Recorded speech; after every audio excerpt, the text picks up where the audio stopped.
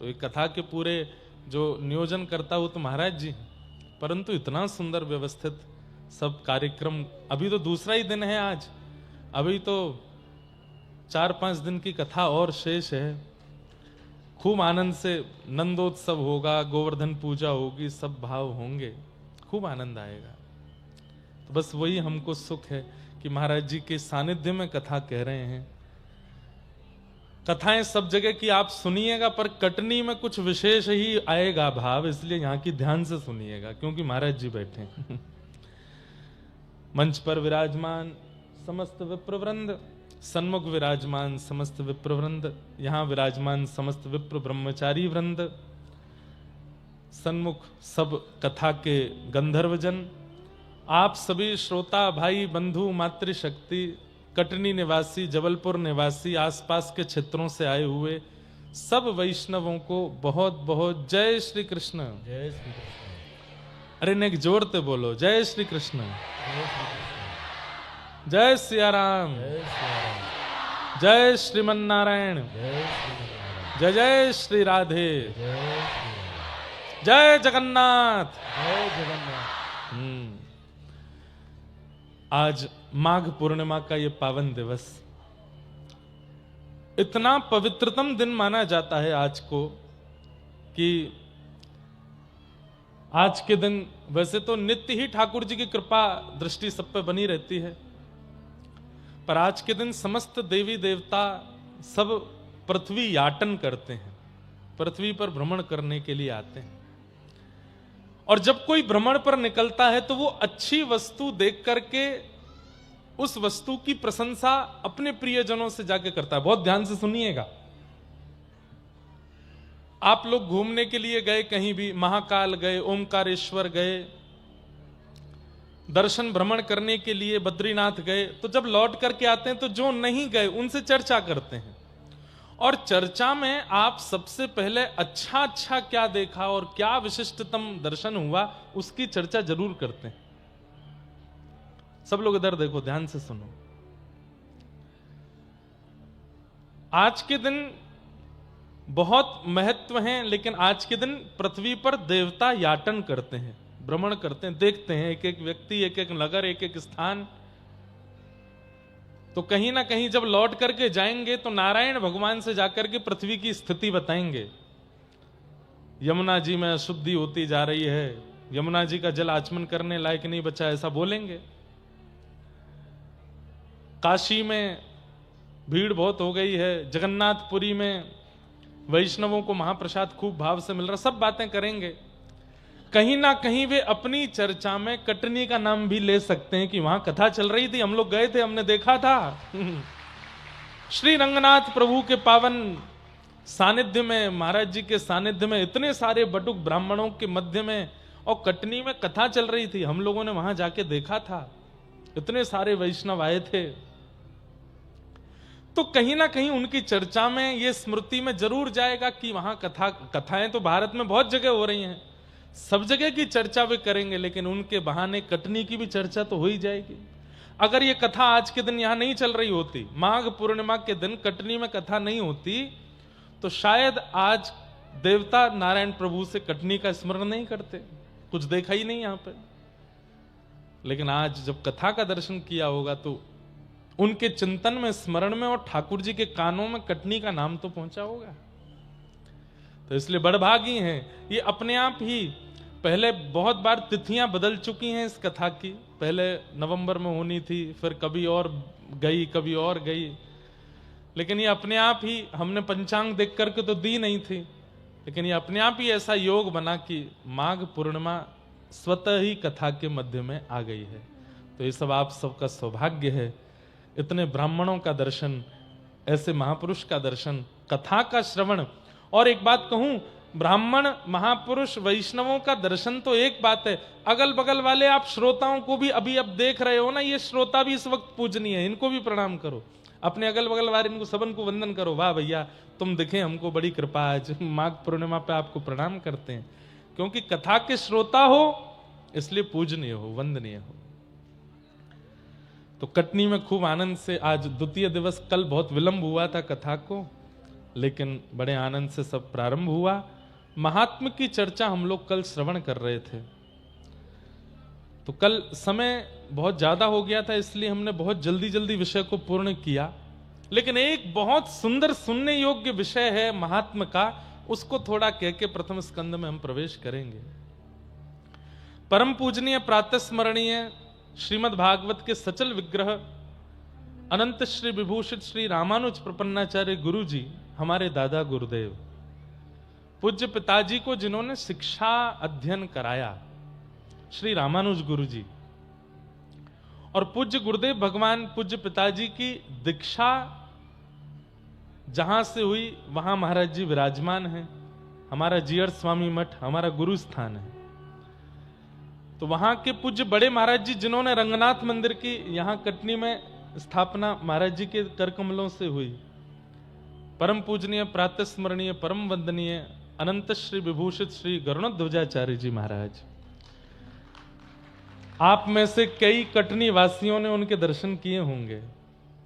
यहां बैठे कई यजमान परिवार के लोग और रंगनाथ मंदिर से जुड़े हुए लोगों ने महाराज जी का दर्शन किया होगा। उन्हीं महाराज जी के हम नाती शिष्य हैं। उनसे दीक्षा पूज्य पिताजी की हुई और फिर पिताजी से 2015 में हमारी दीक्षा हुई, तो हमारे दादा गुरुदेव का स्थान हो गया एक प्रकार से रंगनाथ मंदिर कटनी का। और हमारे पूज्य श्री दादा गुरुदेव के रूप में जिनका स्नेह हमको मिलता है, ऐसे पूज्य महाराज जी इतना प्रेम इतना स्नेह देते हैं कि हमको माँ कहने का मन होता कभी कभी कि हमारी मैया हैं, हमारी माता जी हैं, इतना स्नेह देते हैं। तो हमारे दादा गुरुदेव पूज्य पिताजी के शिक्षा गुरुदेव श्री रामानुज गुरु जी इस विषय पे बहुत सुंदर प्रवचन करते थे। मैंने प्रवचन नहीं सुना, पर उनका प्रवचन लिखा हुआ कहीं पढ़ा था, इसलिए मेरे को लगा कि आज इस विषय को मैं जरूर सुनाऊं।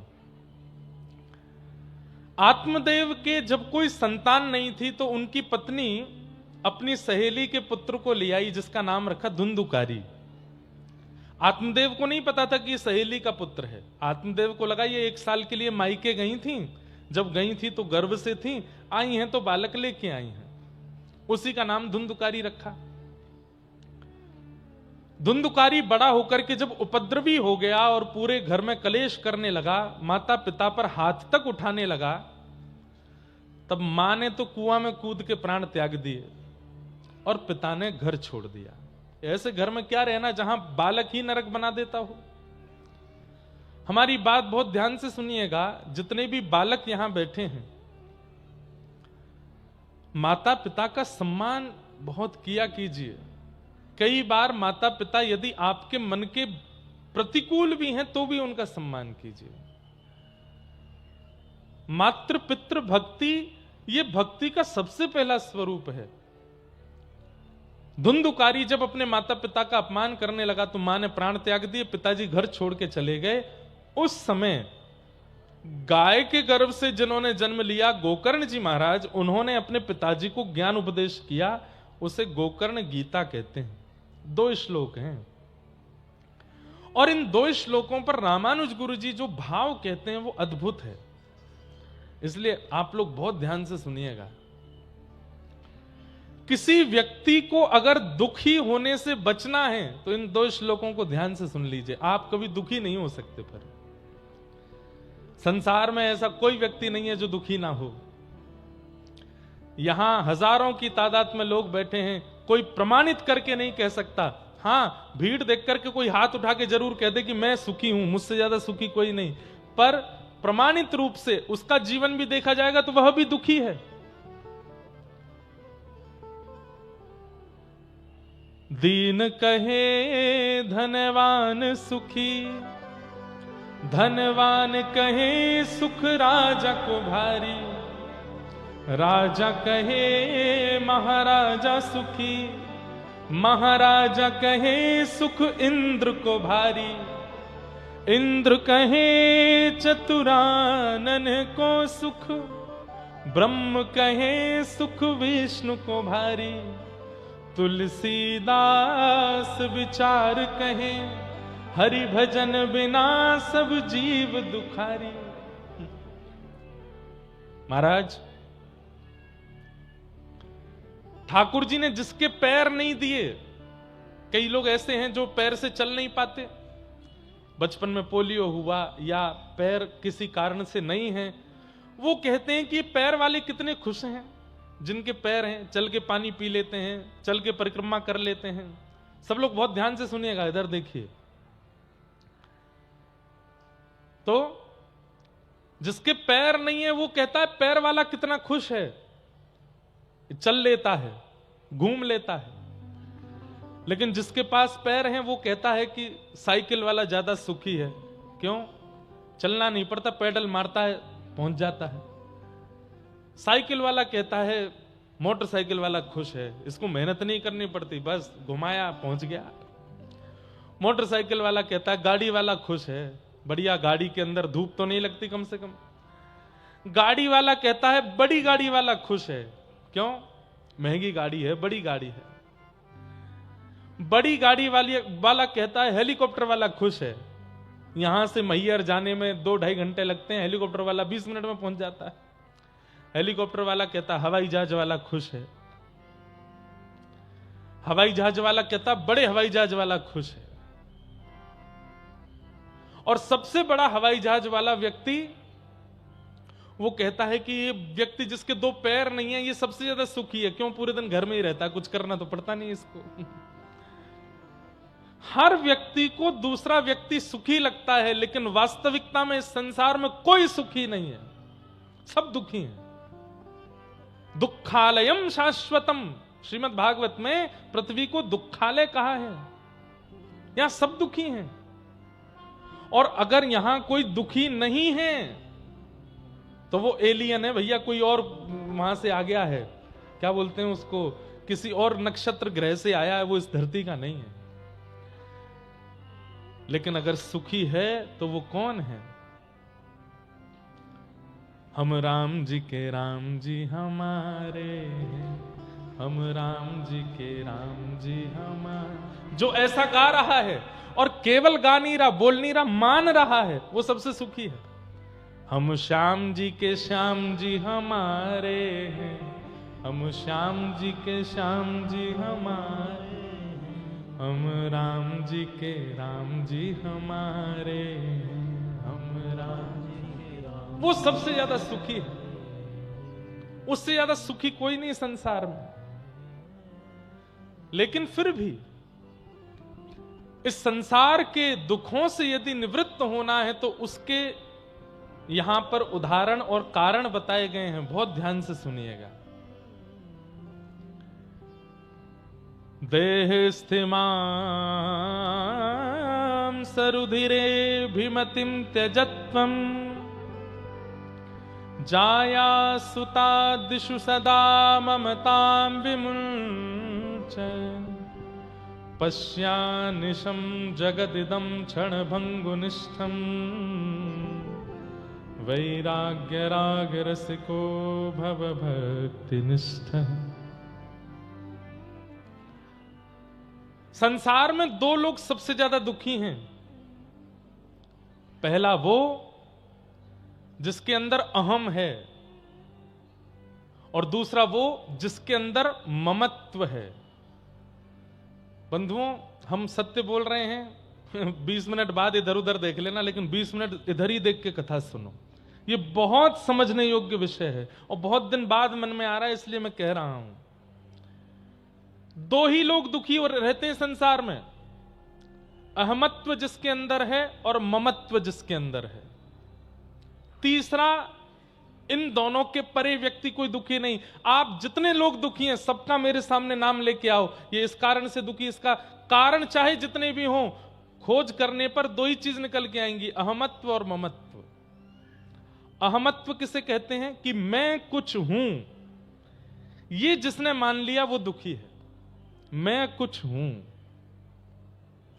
ये जिसने स्वीकार कर लिया वो व्यक्ति दुखी है संसार में।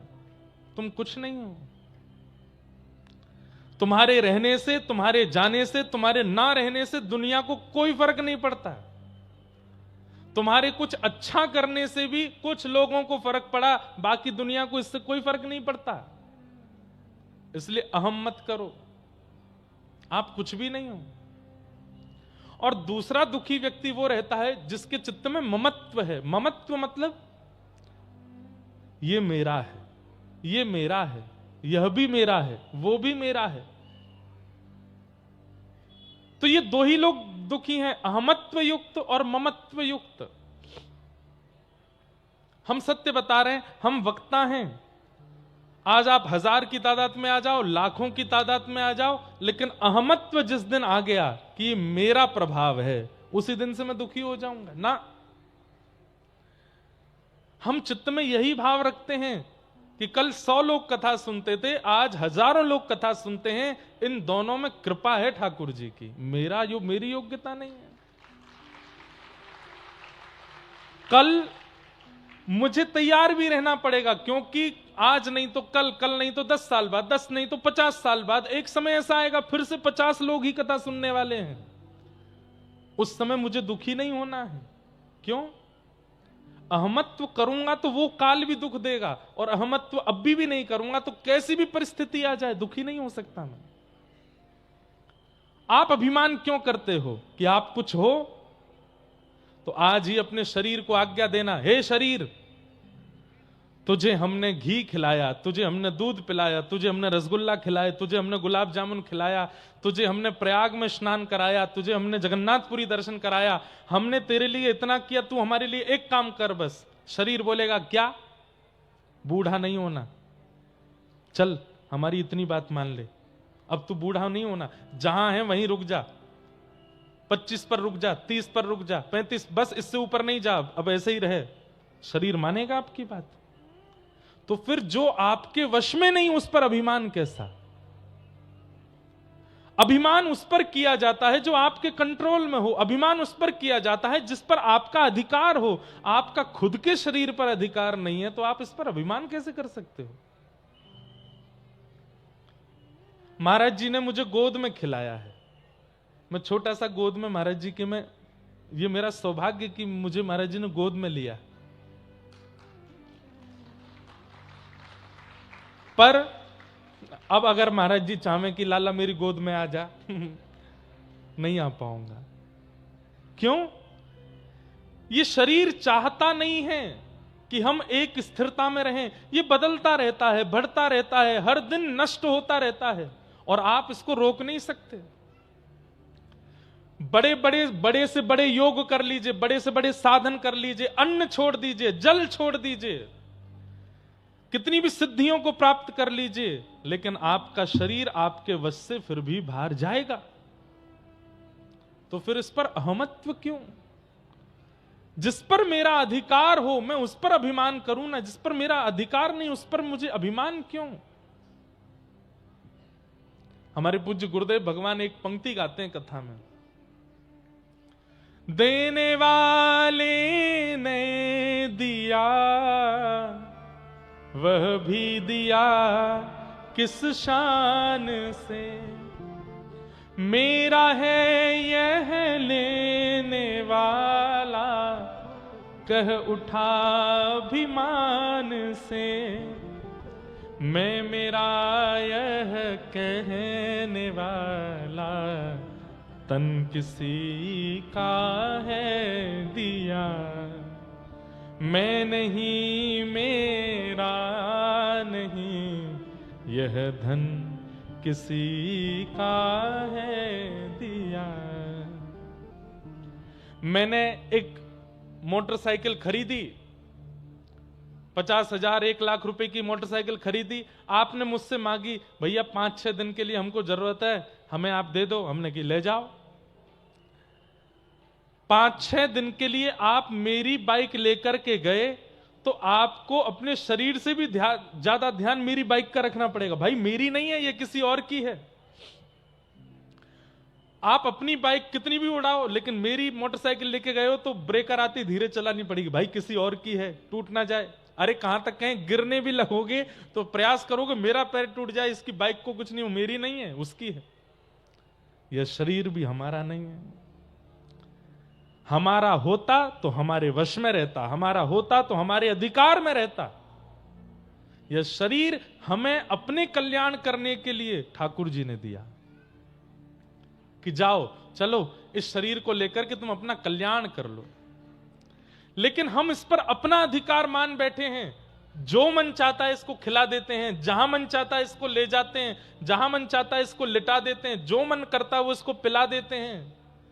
ठाकुर जी जब हमको देखते हैं तो ठाकुर जी को बड़ी पीड़ा होती है, बता मैंने दियो, अपने कल्याण करने के लिए मैंने इसको शरीर दिया, मतलब जैसे बाइक कोई दे रहा है और ये अपना मान के कितना अधिकार चला रहा है उसके ऊपर।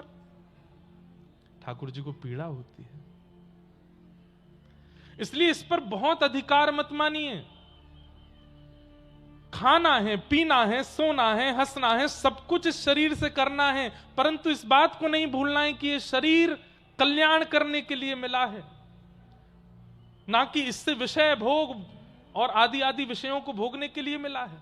और सबसे बड़ी बात, अभिमान करने के लिए तो बिल्कुल नहीं मिला है। अहमता, इसका त्याग करो। और अहमत्व के त्याग का प्रारंभ होता है, सम्मान की इच्छा मत रखो तो अहम आएगा ही नहीं। मैं एक बात कहा करता हूं कि सबसे ज्यादा अपमान उसी का होता है जिसको सम्मान की बहुत इच्छा होती है। उसके आए दिन अपमान होते रहते हैं, मेरे बारे में यूं कह दिया, मुझसे यूं कह दिया, मेरे लिए ये कह दिया। हम वक्ता बन गए हैं, 1000 लोग हमारे बारे में भी कुछ भी बोलते रहते हैं, कुछ भी कहते रहते हैं, पर हमारा स्वभाव नहीं सबको प्रत्युत्तर देने का। क्यों? सम्मान की इच्छा ही नहीं है। तो कोई अपमान कितना भी कर दे, कोई बोध होगा क्या? नहीं होगा। इसलिए अहमत्व नहीं। और दूसरा, इस शरीर के ममत्व नहीं करना। कोई भी आपका नहीं है, कोई नहीं है आपका। आप दुखी क्यों हो जाते हैं? क्योंकि आप किसी को अपना मान बैठे हैं और वही अपना कुछ कर रहा है, उसकी करनी से आप दुखी होते हैं। दुनिया में 1000 लोग गलत काम कर रहे हैं, आपको बुरा नहीं लगता, लेकिन कोई अपना बुरा कर दे तो बुरा लगता है। क्यों? क्योंकि अपनत्व मान लिया, ममत्व है उसके प्रति। हजारों की तादाद में बच्चे गुटखा खाते हैं, बीड़ी पीते हैं, सिगरेट पीते हैं, आपको दिखते भी हैं लेकिन आपको कुछ नहीं होता। लेकिन अपना कोई कुछ करता दिख जाए तो दुखी हो जाते हैं। क्यों? गलत काम से आप दुखी नहीं हुए, अपना कर रहा है इसलिए दुखी हुए। इसका मतलब क्या है? ममत्व दुख का कारण है, क्रिया दुख का कारण नहीं है।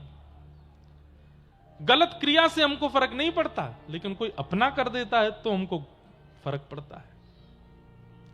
तो दुख के कारण 2 ही निकल के आते हैं, अहमत्व और ममत्व। इन दोनों का यदि व्यक्ति परित्याग कर दे,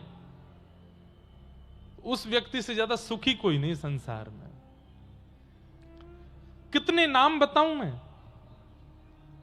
अजगर ऋषि भागवत में कहते हैं, श्री दत्तात्रेय जी महाराज, दत्तात्रेय जी के प्रसंग में आता है। अब प्रसंग तो बहुत बड़ा है, पड़े रहते हैं आकाश वृत्ति पे। कोई खिला जाए तो खा लेंगे, कोई पहना जाए तो पहन लेंगे, कोई नहला जाए तो नहा लेंगे। अब इतनी ऊंची स्थिति तो हमारी नहीं बनी है, परंतु उनसे ज्यादा प्रसन्न कोई नहीं है संसार में। इसलिए प्रसन्न रहना है, सुखी रहना है, तो 2 बातें जीवन में ले आइए। एक तो अहमत्व, मैं नहीं, मेरा नहीं। ये 2 बातें जब आपके चित्त में आ गई, आपसे ज्यादा सुखी कोई नहीं, आपको कोई दुखी नहीं कर सकता। आप कहेंगे महाराज जी चलिए, मैं नहीं, मेरा नहीं, ये दोनों स्थिति मैंने बना ली, इसके बाद क्या करूं? तब दूसरे श्लोक में कहते हैं, धर्मं भजस्व सततम त्यज लोक धर्मान सेवस्य साधु पुरुषाम जहि काम तृष्णा अन्यश्च दोष गुण चिंतन माशु मुक्त्वा सेवा कथा रस महो नितराम पिबत्वम। मैं नहीं मेरा नहीं, ये दो चीजें चित्त में ले आइए और उसके बाद 5 कर्म अपने जीवन में करना प्रारंभ कर दीजिए। कौन कौन से? सबसे पहला, धर्मम भजस्व, धर्म को भजो। यहां धर्म को भजने का मतलब क्या है? रामो विग्रहवान धर्म, धर्म कौन है? साक्षात राम है, कृष्ण धर्म है, राम धर्म है, नारायण धर्म है। धर्मम भजस्व मतलब राम भजो, कृष्ण भजो, नारायण भजो, सदा उनका भजन करो। और कैसे भजो? बोले सततम। कई लोग मुझे आके बोलते हैं, महाराज जी से भी कहते होंगे, हमारा महाराज जी 2 घंटे का पूजा का नियम है, हम महाराज जी 4 घंटा इतना अनुष्ठान करते हैं, रोज सुबह 5 बजे उठ करके 7-8 बजे तक भजन करते हैं। कोई बड़ी बड़ी चीज नहीं कर रहे आप। आप ये क्यों नहीं कहते कि आप 4 घंटे ठाकुर जी का भजन करते हो, 20 घंटा संसार को भोगते हो? भारी तो फिर भी संसार ही हो गया। अगर पडले में नापा जाए तो 4 घंटे का भजन, 8 घंटे का भजन, 11 घंटे का भजन, उसके बाद भी संसार ही तो है बाकी के समय पर। इसलिए गिनाया मत कीजिए कि आप आधा घंटा करते हैं, 2 घंटा करते हैं, 4 घंटा करते हैं। नहीं, उससे पता चलता है कि 4 घंटे का भजन है, इसका मतलब बाकी के 20 घंटे तो संसार ही है। सततम 24 घंटे मन में विश्वास और बुद्धि में चिंतन करते रहो।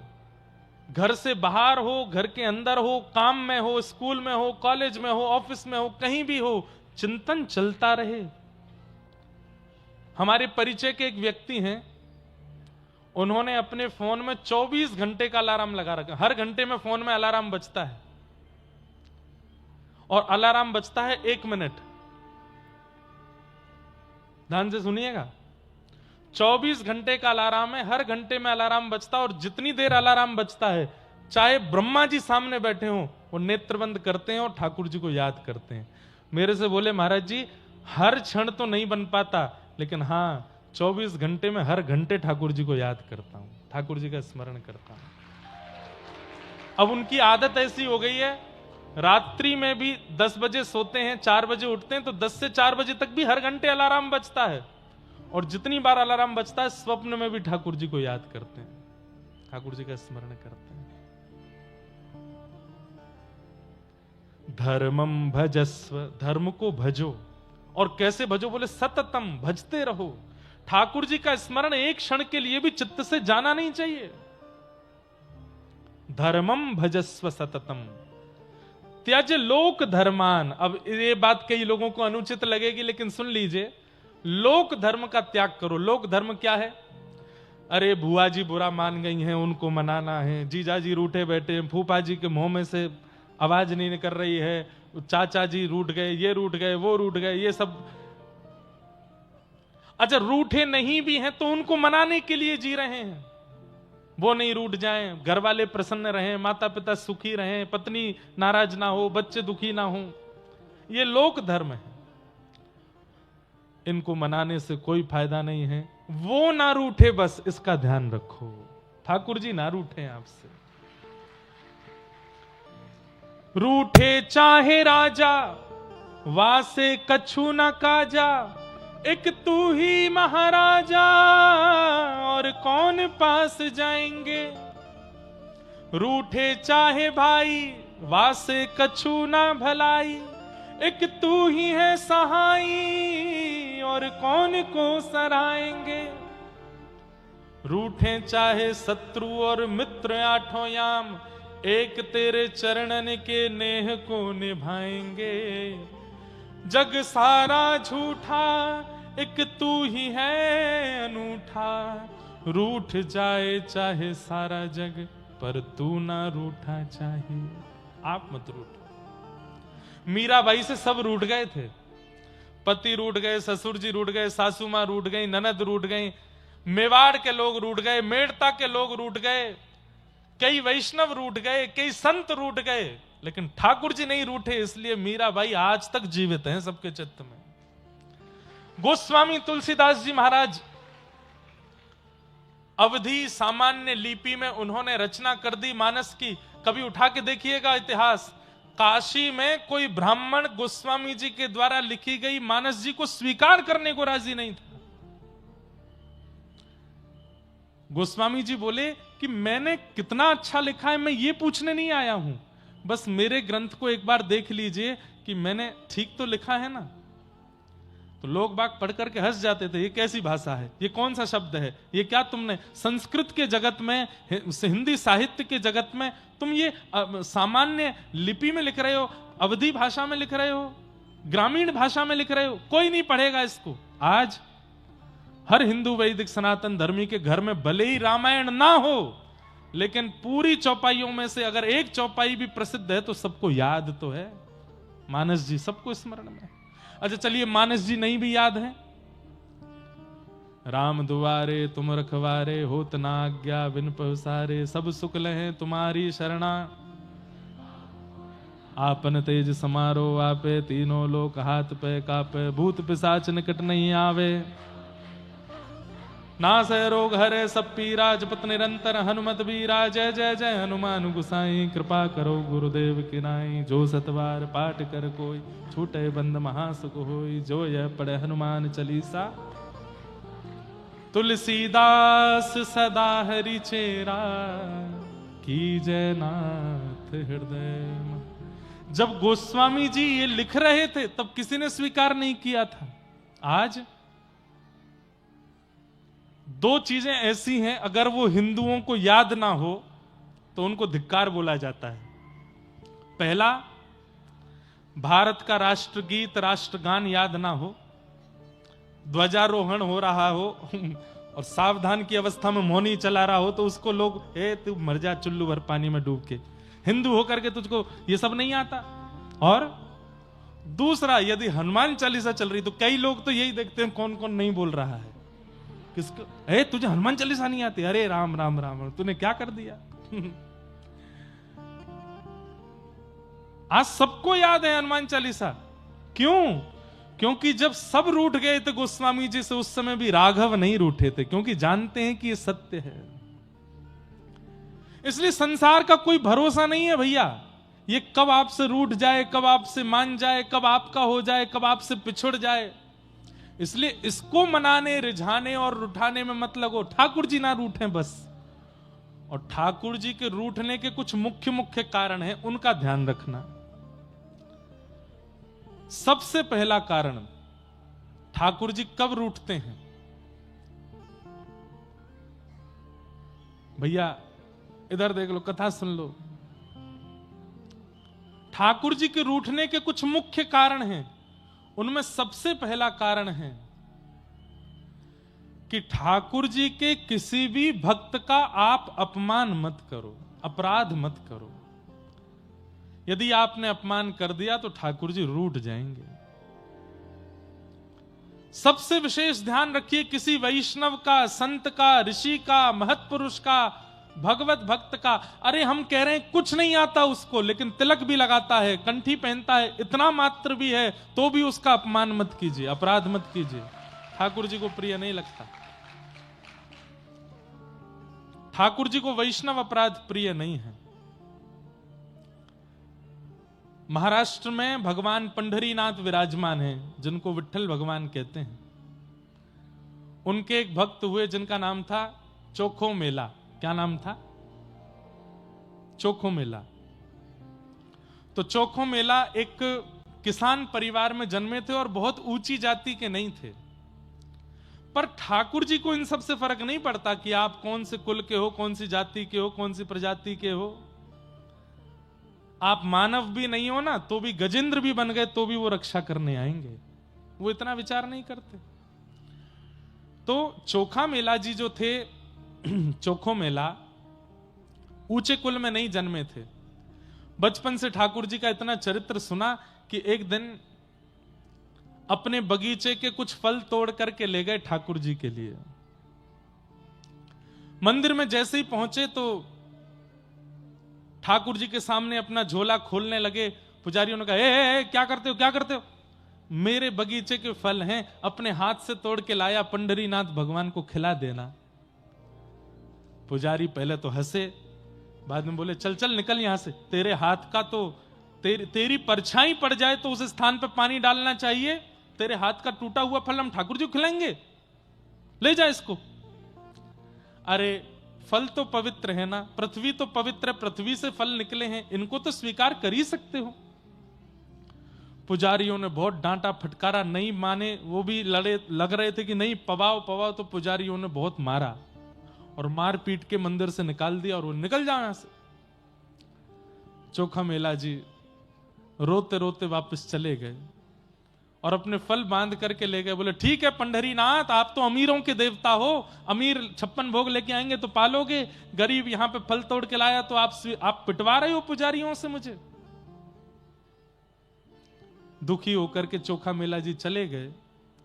रात्रि के समय अपने आसन पर अपने घर पर बैठे थे।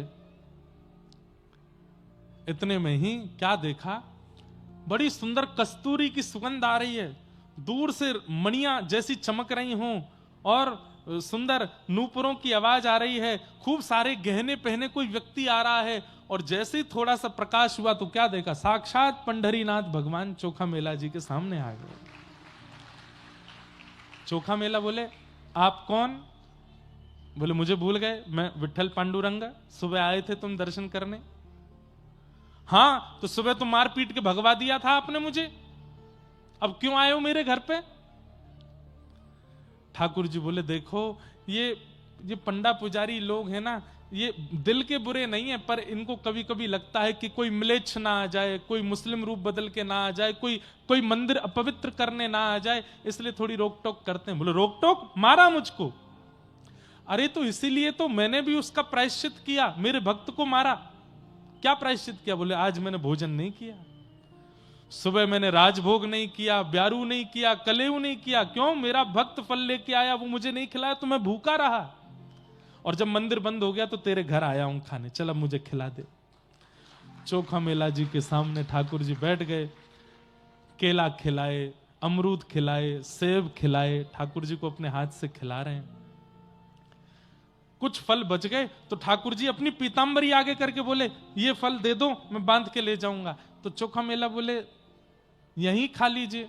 तो ठाकुर जी बोले मैंने भोजन नहीं किया था ना, तो रुक्मणी जी भी भूखी हैं, वो भी भूखी बैठी हैं, तुम्हारे फल ले जाऊंगा तो रुक्मणी जी को खिला दूंगा, उनको भी पवा दूंगा मैं। चोखा मेला जी बड़े प्रसन्न हो गए, फल भर के दे दिए।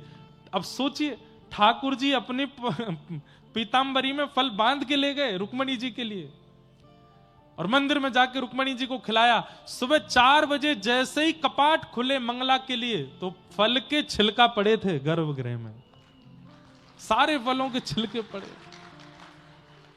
पुजारी सब बोलने लगे ये छिलके भीतर कैसे आ गए? अरे मंदिर तो बंद करके गए थे, चारों तरफ से खिड़कियां लगी थी, ये छिलके अंदर कैसे आए और कौन खा के गया है? तब एक पुजारी बोला अरे कल वो आया था एक चोखा मेला, उसको हमने मंदिर में घुसने नहीं दिया, तो बाहर खड़े होके बड़ी बड़ी अभद्र भाषा बोल करके गया था। हो ना हो अपना बदला लेने के लिए कैसे भी मंदिर में घुस के पूरा मंदिर अपवित्र करने की भावना से खा करके छिलके फेंक दिए। हम मानवों में क्वालिटी है क्या? बिना सच जाने अपने मनगणंत भावों को बनाने की, सबके अंदर है, बना लिया। अब एक भी पंडा पुजारी ये नहीं सोच रहा है कि मंदिर तो खुला नहीं, ताला का सील तो निकला नहीं, वो चोखा मेला अंदर कैसे आया होगा। बोले वो बाद का विषय है, पहले उसको पकड़ के उसकी धुनाई करो। सुबह सुबह 5 बजे सारे पंडा पुजारी पहुंच गए चोखा मेला के घर। सो रहे थे बेचारे बड़े प्रेम से कि ठाकुर जी आए रात को। सुबह उठा के पुजारी जी ने फिर मारा उनको। चोखा मेला बोले अब मैंने क्या किया? बोले तू मंदिर में घुस गया भीतर और वहां फल खा करके छिलका फेंक के आया पांडुरंग के पास। चोखा मेला बोले नहीं नहीं नहीं नहीं, मैं नहीं गया था, पंढरीनाथ मेरे घर आए थे। बोले और मारो इसको, ये बताना चाहता है कि पंढरीनाथ इसके बड़े हैं, इससे भी ये पंढरीनाथ से भी बड़ा इसके घर आएंगे। अरे हम लोगों को 25-25 30-30 साल सेवा करते हो गए, हमारे तो स्वप्न में भी नहीं आए, तेरे घर आ गए हो। अरे मैं सच बोल रहा हूं, मैं ये हमको नीचा दिखाने के लिए ये सब बातें बोल रहा है, और मारो इसको। इतना मारा। चोखा मेला वहीं बैठे बैठे रोते रोते बोले जय हो पंढरीनाथ, तेरी लीला बड़ी अद्भुत। मैं तो कुछ कर ही नहीं रहा हूं, जबरदस्ती पिटवा रहे हो मुझे। लौट करके पंडा पुजारी सब अपना हाथ अब बढ़िया लगा, बढ़िया बदला लेके आए, उसी ने किया था ये सब।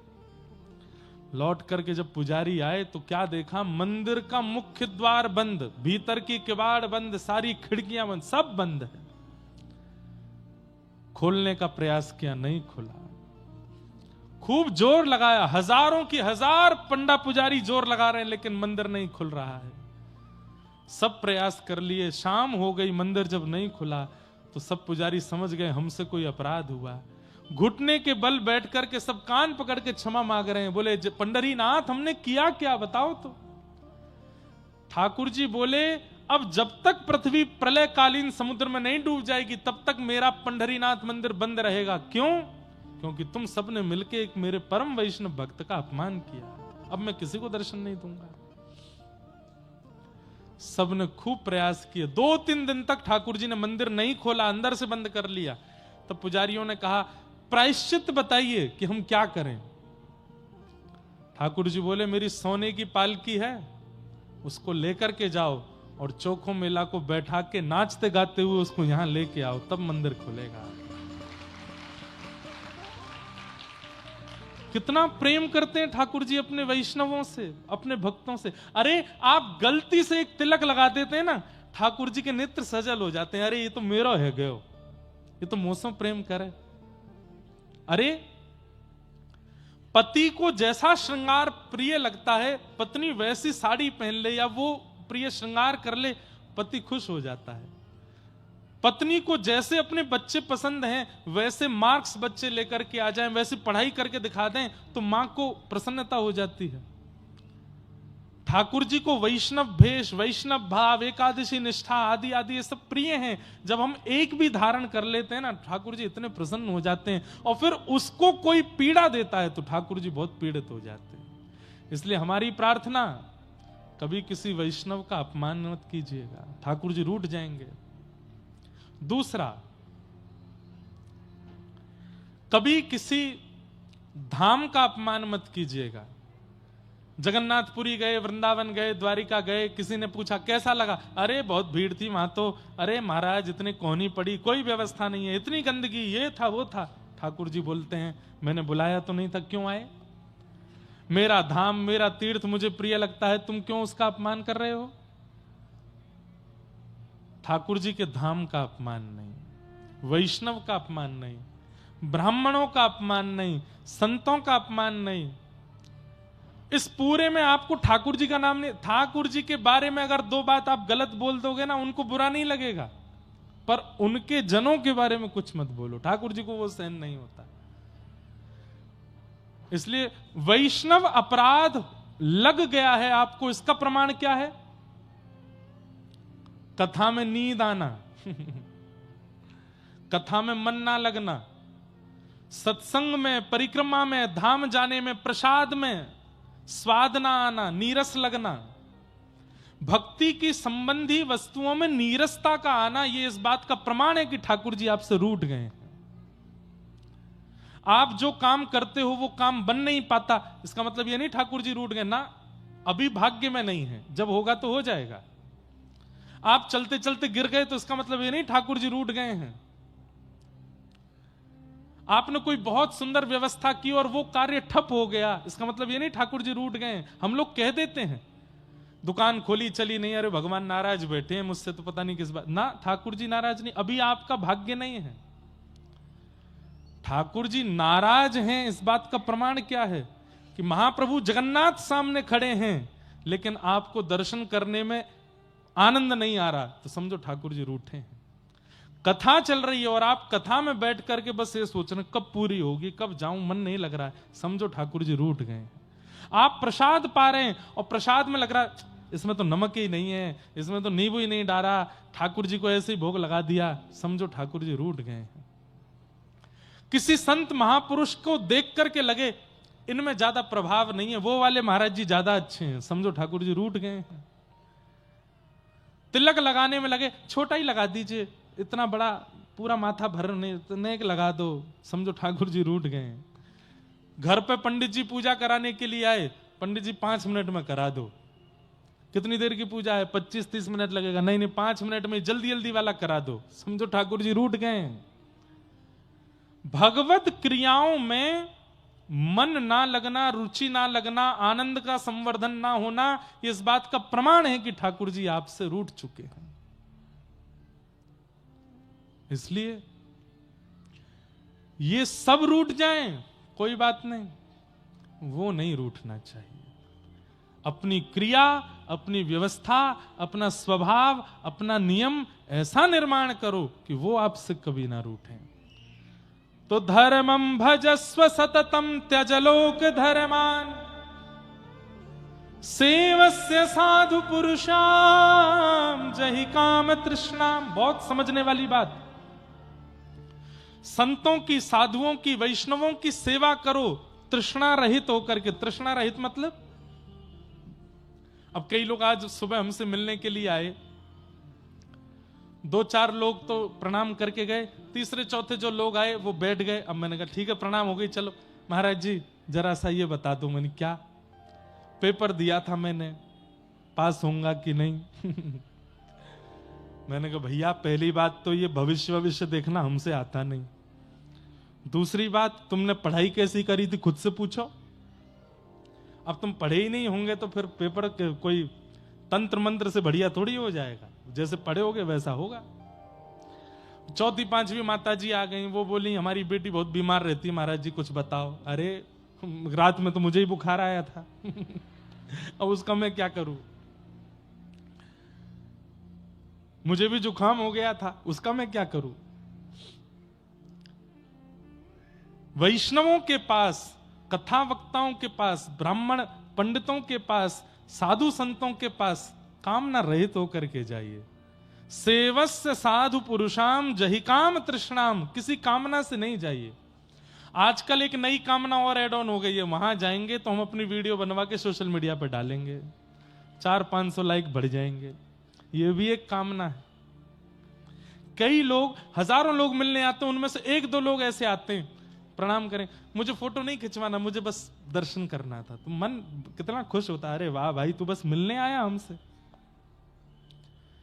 साधु पुरुषों के पास, वैष्णवों के पास, संत जनों के पास सेवा करो तृष्णा रहित होकर के। ये कृपा करके आशीष दें, ये भावना भी चित्त में नहीं आनी चाहिए। ये सेवा का अवसर दे रहे हैं, यही बहुत बड़ी बात है।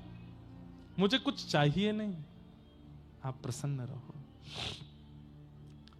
और तीसरा गुण बहुत विशेष, अन्यस्य दोष गुण चिंतन माशु मुक्त्वा।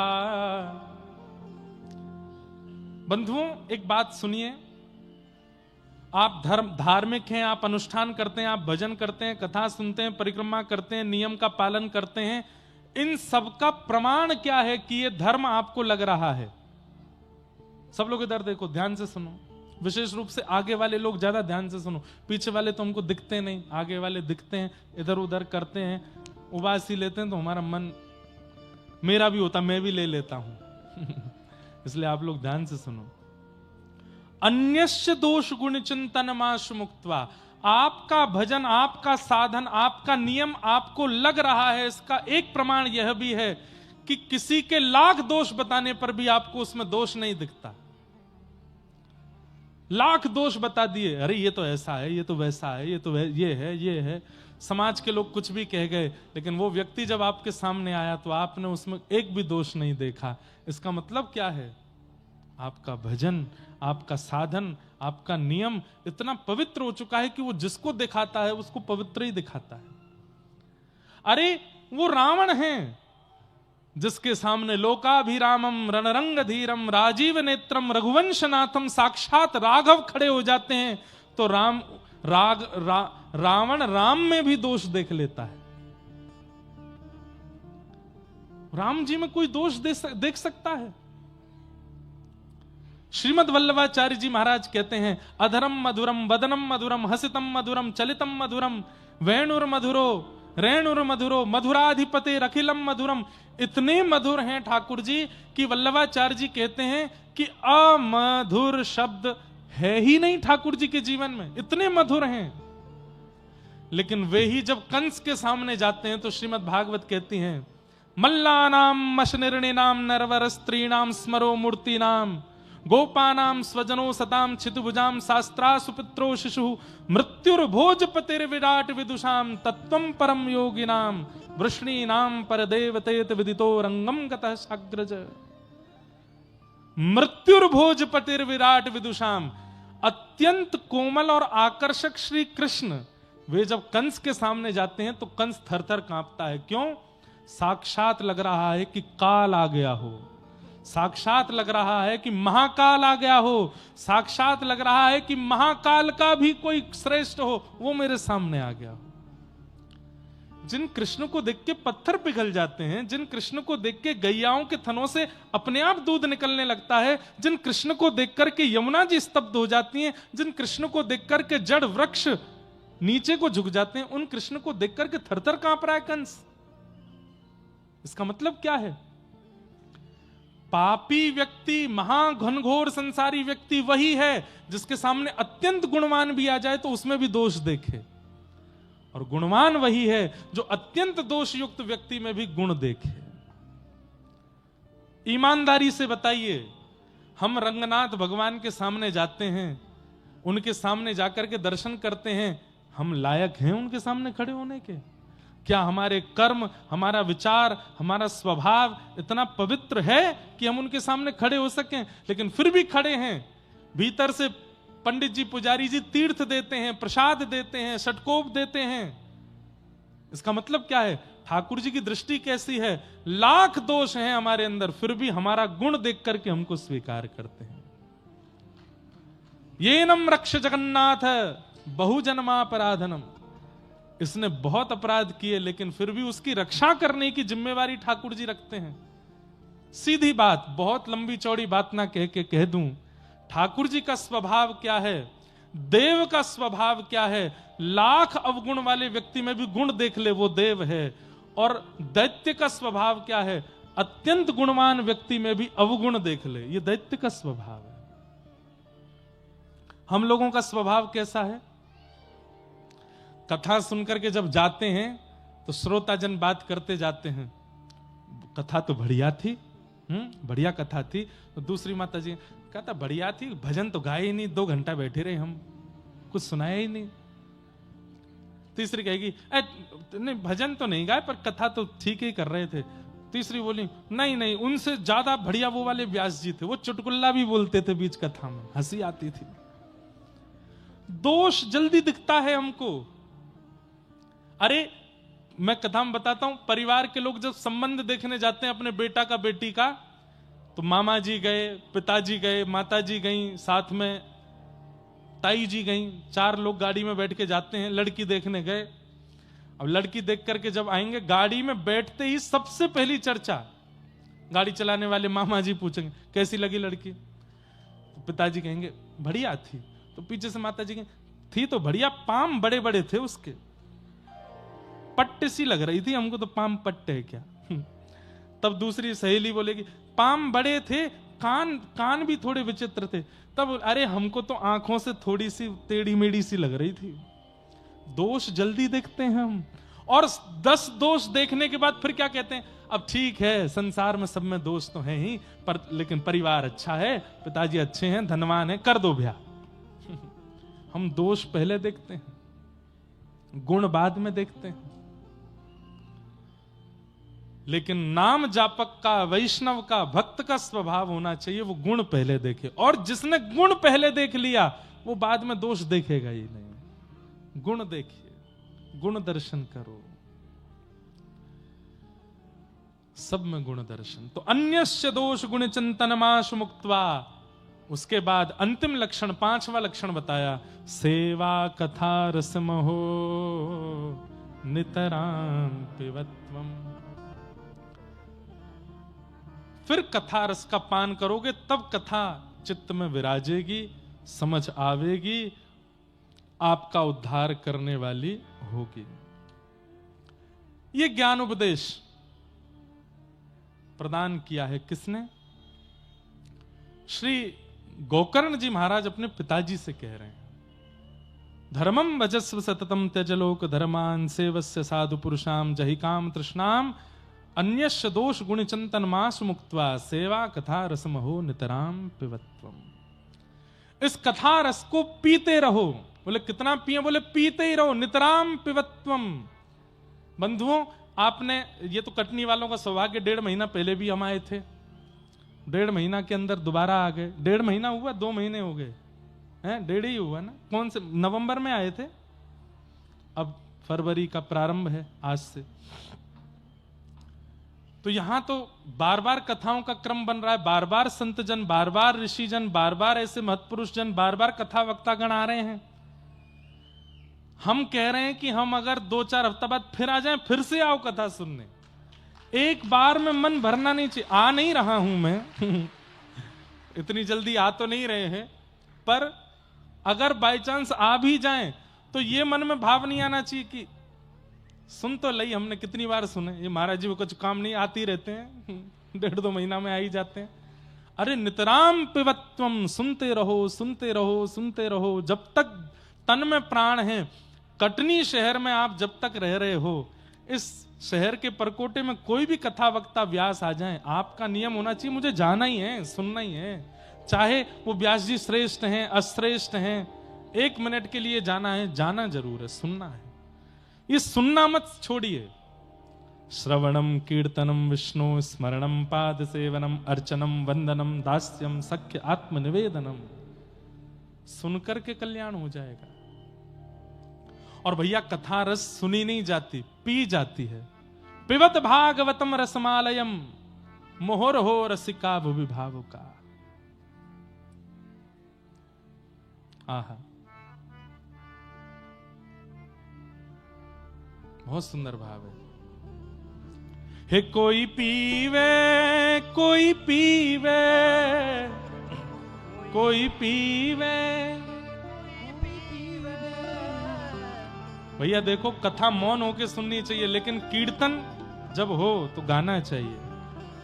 कोई पीवे, हाँ कोई पीवे, कोई पीवे, कोई पीवे, कोई पीवे, हाँ कोई पीवे, कोई पीवे रस मीठा रे, नाम रस मीठा, कृष्ण रस मीठा रे, कृष्ण रस मीठा। और भैया ये नाम रस, कृष्ण रस, राम रस मीठा है, इसीलिए तो इतनी तादाद में लोग आते हैं इस रस को पान करने के लिए। अभी कल एक और पंडाल बना दिया जाए यहां से 2-4 किलोमीटर की दूरी पर, और वहां पोस्टर लगवा दिए जाएं, बोले क्या होगा, वो 7 दिन तक केवल जलेबी खिलाई जाएंगी, ज्यादा लोग इकट्ठे नहीं होंगे वहां पर। भले ही जलेबी मीठी है, भले ही कलाकंद मीठा है, भले ही रसगुल्ला मीठा है, लेकिन हमारे ठाकुर जी के नाम से मीठा नहीं है, हमारे ठाकुर जी की कथा से मीठा नहीं है। वृंदावन में रोके से नहीं रुक रहे हैं लोग, इतनी भीड़ आती है। जगन्नाथपुरी में महाराज लोगों में मार काट मची पड़ी है जगन्नाथ जी को देखने के लिए। क्यों? क्योंकि वो रस जो है, उस रस की बराबरी कोई कर नहीं सकता। रसो वैशः, साक्षात रस वही है। बस ये रस जीवन में आ जाए, इस रस की लत हमको लग जाए, इसके लिए हम लोग प्रार्थना कर रहे हैं ठाकुर जी से। राम रस लग जाए, नाम रस लग जाए, ठाकुर जी का रस चित्त में लग जाए। भैया कथा सुनो और सुनने दो।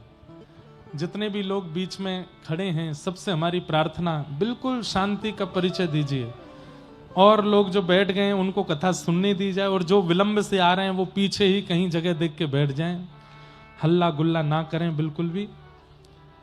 जन्माद्यस्य तोन्वयादितरतः चार्थे स्वविज्ञ स्वराट, तेने ब्रह्म हृदय आदि कवये मुह्यन्ति यत्सूरयः, तेजो वारि मृदां यथा विनिमयो यत्र त्रिशर्गो मृषा, धाम्ना स्वेन सदा निरस्तकुहकं सत्यं परम धीमहि। श्रीमद् भागवत जी का प्रथम श्लोक है, जन्माद्यस्य यतोऽन्वयात् इतरतः। कृष्ण परख अर्थ इसका करें। जो देखो पूरी कृष्ण कथा एक ही श्लोक में सुनाई देगी, ध्यान से सुनिएगा। जो जन्म लेते ही अन्वयाद इतरतः, ठाकुर जी जन्म लेते ही जहां जन्म लिया, जिन माता पिता के पास लिया, वहां से कहां चले गए? गोकुल चले गए, दूसरे माता पिता के पास चले गए। चार्थे स्वविज्ञ स्वराट, जो अविज्ञ हैं, अनविज्ञ नहीं है, सब जानते हैं। कौन किस भावना से ठाकुर जी के पास जाता है, कौन क्या इच्छाएं लेकर के जाता है, ठाकुर जी को सब पता है। ठाकुर जी सब जानते हैं। एक बात सुनिएगा, जिसे हमारी परिस्थिति नहीं पता उसको बताना चाहिए, पर जो सब जानता है, अरे हमारी परिस्थितियां भी जिसके द्वारा ही प्रकट हुई हैं, उन्हें कुछ बताने की आवश्यकता, वो सब जानते हैं, सब पता है।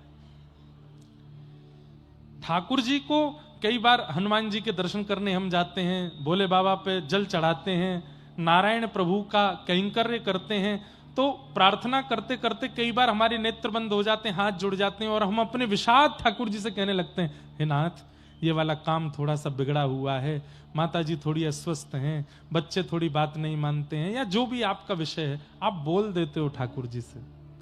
आवश्यकता नहीं है, वो अनावश्यक है। ठाकुर जी जानते हैं, उन्हें सब पता है, उन्हें बताने की आवश्यकता नहीं है। उसे बताया जाता है जो ना जानता हो, उसे प्रमाण दिया जाता है जो ना जानता हो। एक कथा सुनाते हैं, आपने शायद नाम सुना होगा, सदन कसाई। नाम सुना है? महाप्रभु जगन्नाथ जी के परम भक्त हुए श्री सदन कसाई। कसाई थे, मांस विक्रय करते थे, लेकिन तराजू में तोलने के लिए मांस को दूसरे पड़ले में जो भार रखा जाता, बाट रखा जाता, उसकी जगह कुछ पत्थर रखते, और गलती से उनको पता नहीं था एक शालिग्राम भगवान थे और वो उनसे मांस तोलते थे। जब मांस तोलते थे तो शालिग्राम भगवान लुढ़कते थे दूसरी तरफ। एक बार कोई साधु जा रहे थे, मुंह पे कपड़ा रख के, कसाई की दुकान है, तो कपड़ा रखते हुए गए, उनकी दृष्टि जैसी पड़ी, साधु तो इसलिए देखते हैं कि भाई इन जीवों का भी, इन पे भी भगवान कृपा करे जो बेचारे निर्दोष रूप से कट गए हैं। तो साधु की दृष्टि पड़ी तो उन्होंने देखा दूसरे पडले में तो मांस था ये, पर इधर वाले पडले में ऐसा क्यों लग रहा है कि शालिग्राम भगवान है, ये पत्थर समझ के इसने रख लिए हैं। साधु लौट करके आए, फिर से देखा शालिग्राम जी थे। उन्होंने कही, भैया भैया, ओ भैया देवता, तुम जो कर रहे हो ना ये तो पाप है ही, पर उससे भी बड़ा महापाप तुम ये कर रहे हो कि तुमने दूसरे पडला में ठाकुर जी धरे हैं। सदन कसाई भले ही कसाई थे लेकिन हृदय से बड़े सरल थे। महाराज जी मुझे पता नहीं था। बोले भगवान ने इनको हमें दे दो। महात्मा ले गए। कथा सबको पता है, मैं सूक्ष्म में जो मूल बात है उस पर आऊंगा, लेकिन थोड़ा सुना दूं, जिन्होंने नहीं सुनी वो सुन लो। सदन कसाई के यहां से ठाकुर जी को ले गए। साधु महात्मा लेकर के गए, पंचामृत अभिषेक किया, इत्र लगाया, चंदन लगा करके ठाकुर जी को तुलसी माला पहनाई, चांदी के सिंहासन पर विराजमान किया, 56 भोग लगाए। रात्रि में स्वप्न में ठाकुर जी आ गए और स्वप्न में आके ठाकुर जी बोले, मेरो मन ना लग रहा। महात्मा बोले, आपका मेरे घर मन नहीं लग रहा? बोले नहीं। कहां जाना है आपको? वृंदावन जाना है, जगन्नाथपुरी जाना है, बद्रीनाथ जाना, कहां जाना है आपको? कहां मन लगेगा? बोले मोए वही के पास जानो है, सदन कसाई के पास। तो साधु बोले, कसाई है वो, निर्दोष निर्मम जीवों की हत्या करके उनका मांस बेचता है, उसके पास जाना है। ठाकुर जी बोले, वो कैसा भी हो पर हृदय से बहुत सरल है, मुझे उसके तराजू में लुढ़कने में बहुत अच्छा लगता है, मुझे उसके पास छोड़े आओ। महात्मा बोले, भगवान कुछ कृपा करो ना। ठाकुर जी बोले, वो सदा के लिए सुधर जाएगा, तुम जाकर के जब उसको अनुग्रहित करोगे।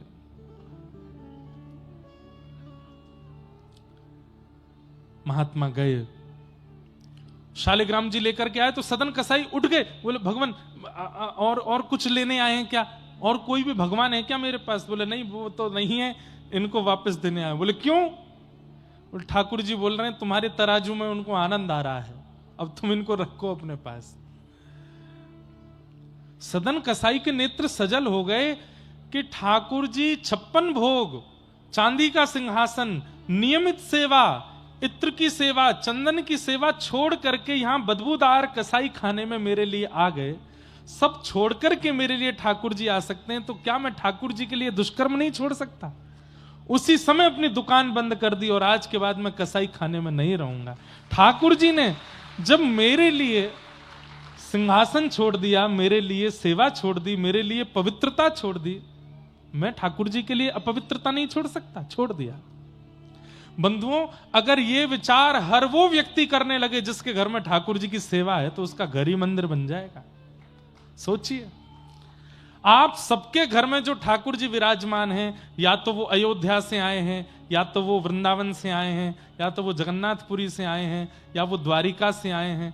एक बार विचार करो, ठाकुर जी मेरे लिए धाम छोड़ करके आ गए, मैं ठाकुर जी के लिए दूषित काम नहीं छोड़ सकता? मैं क्या ठाकुर जी के लिए अपने घर को पवित्र नहीं रख सकता?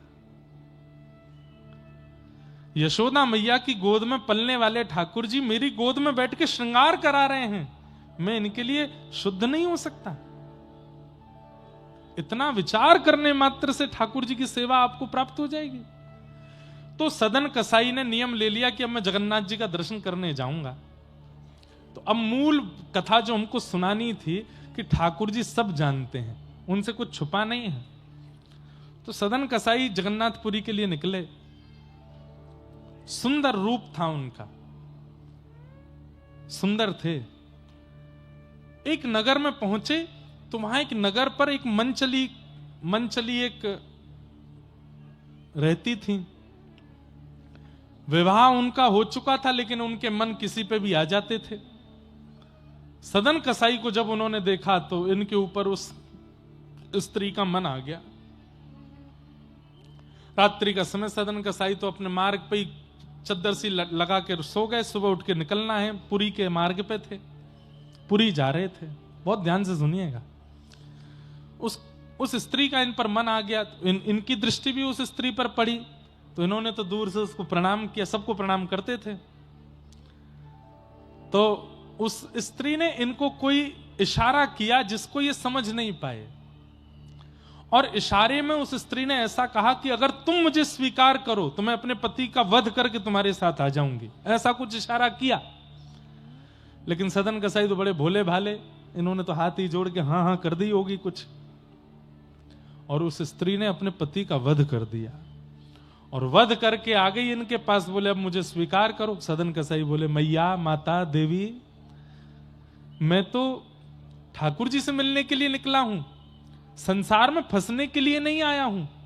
यदि संसार मेरी इच्छा होती तो मैं तुम्हें स्वीकार कर लेता, लेकिन ठाकुर जी मेरी इच्छा है, ठाकुर जी मेरी गति है, उनको छोड़ मैं ये संसार में नहीं पड़ना चाहता। आप मैया मुझे पुत्र मान लो, मुझे भैया मान लो, लेकिन मैं आपका पति नहीं बन सकता। अब वो स्त्री तो बोली, अरे तेरी वजह से मैंने अपने पति के वध कर दिया। बोले सदन कसाई, तुमने मार दिया उनको? बोले हाँ। बोले मैंने इशारा तो किया था। बोले मुझे क्या पता कि तुम क्या इशारा कर रही हो। अब उस स्त्री ने पूरे नगर में हल्ला कर दिया कि इनके कहने पर और इसी ने ही मेरे पति को मरवाया है, ऐसा करके पूरा दुष्प्रचार कर दिया। सदन कसाई दुखी नहीं हुए, जगन्नाथ जी से बोले हे जगन्नाथ, एक बार इन नेत्रों को आप दिख जाते, फिर भले ये जीवन में ये सारे प्रमाद आ जाते तो मैं सह लेता। आपका दर्शन हुआ नहीं, आपके धाम आ नहीं पाया, आपका महाप्रसाद मिला नहीं, उससे पहले ये सारे षड्यंत्रकारी मुझको रोक रहे हैं। हे नाथ, एक बार दिख जाओ, फिर भले ही मेरे साथ कुछ हो जाए, मुझे चिंता नहीं, पर अभी मुझे दर्शन तो दे दो एक बार। राजा, जो उस नगर का राजा था, उसने सदन कसाई को बुलाया और कहा देखो, इस स्त्री ने जो आरोप लगाए हैं उससे तुम दोषी साबित होते हो। बताओ तुम्हें क्या दंड दिया जाए। जो तुमने किया है उससे मृत्युदंड ही तुमको मिलना चाहिए। सदन कसाई बोले देखिए मुझे मृत्युदंड स्वीकार है, पर मैं एक कार्य के लिए निकला हूं, वो करके आ जाऊं फिर मुझे मार दीजिएगा। तो जनता चिल्लाने लगी, जनता सबसे पहले समर्थन में आती है, नहीं नहीं नहीं नहीं इसको मारना है, और हमने तो देखा था इसने इशारे किए थे। सदन कसाई बोले तीसरा आदमी नहीं था वहां पे, फिर भी देखो सब राग में आलाप ले रहे हैं, हमने देखा था, हम इसके सबूत हैं, हम गवाह हैं, इसको मृत्युदंड दो। राजा बोले भैया देखो जिसको मृत्युदंड देते हैं उसकी अंतिम इच्छा भी माननी पड़ती है, उसकी अंतिम इच्छा यह है कि मैं दर्शन कराऊं फिर मार देना, तो नहीं नहीं आप ऐसे कैसे छोड़ तक, आप राजा हैं, हमको न्याय दिलाइए, हम इस अबला नारी के साथ में हैं, इसको न्याय मिलना चाहिए। राजा ने सदन कसाई को देखा, बोले भैया तेरी तरफ एक भी वोट नहीं है, अब क्या करूं मैं। सदन कसाई बोले एक काम कर दीजिए। और क्या, मुझे मृत्युदंड लौटने पर दे दीजिएगा, पर अभी इन सबको संतोष हो जाए मेरे दोनों हाथ काट दीजिए, आप मेरी दोनों भुजाएं काट दीजिए। राजा ने सब लोगों से कहा, बोले भैया ये भी छोटी बात नहीं है, कोई व्यक्ति अपनी भुजा आगे कर रहा है कि काट दीजिए, वो किसी काम का नहीं रह पाएगा जीवन भर, मृत्युदंड भी इसको दे देंगे लेकिन इसकी भुजा काट देते हैं। तो सब बोले हाँ भुजा काटो, कुछ तो करो करो, लेकिन दोनों भुजाएं काट दी सदन कसाई के, कोई दोष नहीं था उनका, निर्दोष। और बंधुओं जब निर्दोषों को दंड दिया जाता है ना, तो फिर केस ठाकुर जी की अदालत में पहुंच जाता है, फिर ठाकुर जी देखते हैं। उस निर्दोष को चाहिए सबूत ना प्रस्तुत करे, प्रतीक्षा करे, ठाकुर जी लेके आएंगे सब कुछ। सदन कसाई के दोनों हाथ काट दिए। सदन कसाई रो तो रहे हैं लेकिन प्रसन्नता में रो रहे हैं। किसी शुभ चिंतक ने आकर के पूछा, तुम्हारे दोनों हाथ काट दिए, तुम्हारे दोनों हाथ काट दिए, तुम फिर भी हंस रहे हो, तुम फिर भी प्रसन्न हो, क्यों? सदन कसाई बोले मैंने आज तक दर्शन तो नहीं किया, पर मैंने सुना है कि जिनके दर्शन मैं करने जा रहा हूं भुजाएं उनकी भी नहीं है, तो अब भुजाएं मेरी भी नहीं है, मैं ऐसे ही जाऊंगा। महाप्रभु जगन्नाथ की भी भुजा नहीं है। तो मुझे मन में आया कि मैं भुजा लेकर के कैसे अपने नाथ को देखने जाऊं, मैं भी बिना भुजा के हो गया। अब अच्छा है नाथ और दास दोनों एक समान हो गए हैं, अब दर्शन में सुख मिलेगा। और सदन कसाई निकल पड़े। महाप्रभु जगन्नाथ जी छटपटा रहे हैं और प्रतीक्षा कर रहे हैं कब आ जाए, कब मैं देखूं इस अपने प्रेमी भक्त को। जैसे ही जगन्नाथपुरी आने का समय बिल्कुल नील चक्र दिखने लग जाए, समझ जाओ ये नीलाचल धाम आ गया। बंधुओं मेरा इतना मन कर रहा है कि मैं अभी जगन्नाथपुरी चला जाऊं, महाराज जी को देखता हूं, और जब जगन्नाथ जी की चर्चा करता हूं इतना हिलोर उठती हैं कि बस मैं अभी पहुंच जाऊं, देख आऊं एक बार महाप्रभु जी को। इतना अच्छा लगता है जगन्नाथपुरी में। जैसे ही नील चक्र दिखाई दिया, मंदिर का नील चक्र किलोमीटरों दूर से दिखाई दे जाता है जगन्नाथपुरी में। आहा, नृत्य करने लगे सदन कसाई, लेकिन इतना रक्त निकल चुका है कि शरीर में अब ताकत नहीं चलने की, तो कभी कभी बेहोश होकर गिर जाते हैं। 4-4 घंटे बाद होश आता है, फिर उठ के चलते हैं, फिर गिर जाते हैं। महाप्रभु जी से वहां सहन नहीं हो रहा। पुजारियों को अनुभव हुआ कि जगन्नाथ महाप्रभु अपनी वेदी पर हिल रहे हैं। एक पुजारी ने जाकर के प्रार्थना की, महाप्रभु जी आप उत्सुक लग रहे हैं, आप बड़े प्रसन्न लग रहे हैं, कोई आज्ञा हो तो हम सेवकों को आज्ञा कीजिए। तो महाप्रभु जी ने आज्ञा की, मेरा एक भक्त आया है और वो यहां तक पहुंचने में बड़ा दुर्बल हो रहा है, पालकी लेकर के जाओ, उसको लेकर के आओ, उसको बैठा करके लाओ। मेरा परम भागवत भक्त आया है, उसको लेकर के आओ। पुजारी बोले भैया देरी नहीं करो, जल्दी पालकी लेकर। अब पालकी लेकर के जगन्नाथपुरी के द्वार पर पहुंचे। वहां तो हजारों भक्त थे। ठाकुर जी ने ये तो बताया नहीं कि कौन सा भक्त। पालकी देख करके भक्त बोले भैया पालकी क्यों आई? बोले ठाकुर जी ने कहा है मेरा जो परम भक्त हो उसको इस पालकी में बैठा के लाना है। तो उन भक्तों में लड़ाई होने लगी। बोले मैं परम भक्त हूं, दूसरा बोला नहीं तू नहीं, मैं हूं। क्यों? मैं 500 किलोमीटर पैदल चल के आया। कोई बोला मैं दंडवती करता हुआ आ रहा हूं, मैं परम भक्त हूं। कोई बोला मैंने अन्न छोड़ दिया, मैं परम भक्त हूं। पालकी पे चढ़ने वालों में लड़ाई होने लगी। दूर खड़े सदन कसाई बोले कोई तो बैठे पालकी पे, तो नाथ से पहले उस परम भक्त का दर्शन हो जाएगा जिसके लिए ठाकुर जी ने पालकी भेजी है। मतलब भक्त को कभी यह अभिमान नहीं होता कि मैं भक्त हूं। अपने किसी नियम का, क्रम का यदि आपको अभिमान है कि मैं तो ये नियम करता हूं, मैं तो ये, तो आप समझ जाइए कि ठाकुर जी आपके लिए पालकी कभी भेज ही नहीं सकते। सदन कसाई की तरह हो जाए, वो अपने लिए सोच रहे मैं तो परम भक्त हूं ही नहीं, इनमें से कोई परम भक्त होगा, वो जब पालकी पे बैठ जाएगा तो अच्छा है, ठाकुर जी से पहले उस परम भक्त का दर्शन होगा। पर वहां इतनी लड़ाई हो गई कि पुजारियों को खाली पालकी लेके जाना पड़ा। जब पहुंचे तो महाप्रभु जी बोले हे तुम लेके नहीं आए? ठाकुर जी वहां तो घमासान मची है, सब लड़ रहे हैं, हम बैठेंगे पालकी पे, हम बैठेंगे पालकी पे। आपने परिचय तो बताया नहीं कि आपका जो भक्त है उसका हुलिया कैसा है, ये तो बता दो। महाप्रभु जगन्नाथ जी के नेत्र सजल हो, बोले जैसा मैं हूं वैसा ही वो है, उसकी भी भुजा नहीं है, वही है मेरा परम भक्त। जैसा मैं हूं वैसा ही मेरा वो परम भक्त है, उसको लेके आओ।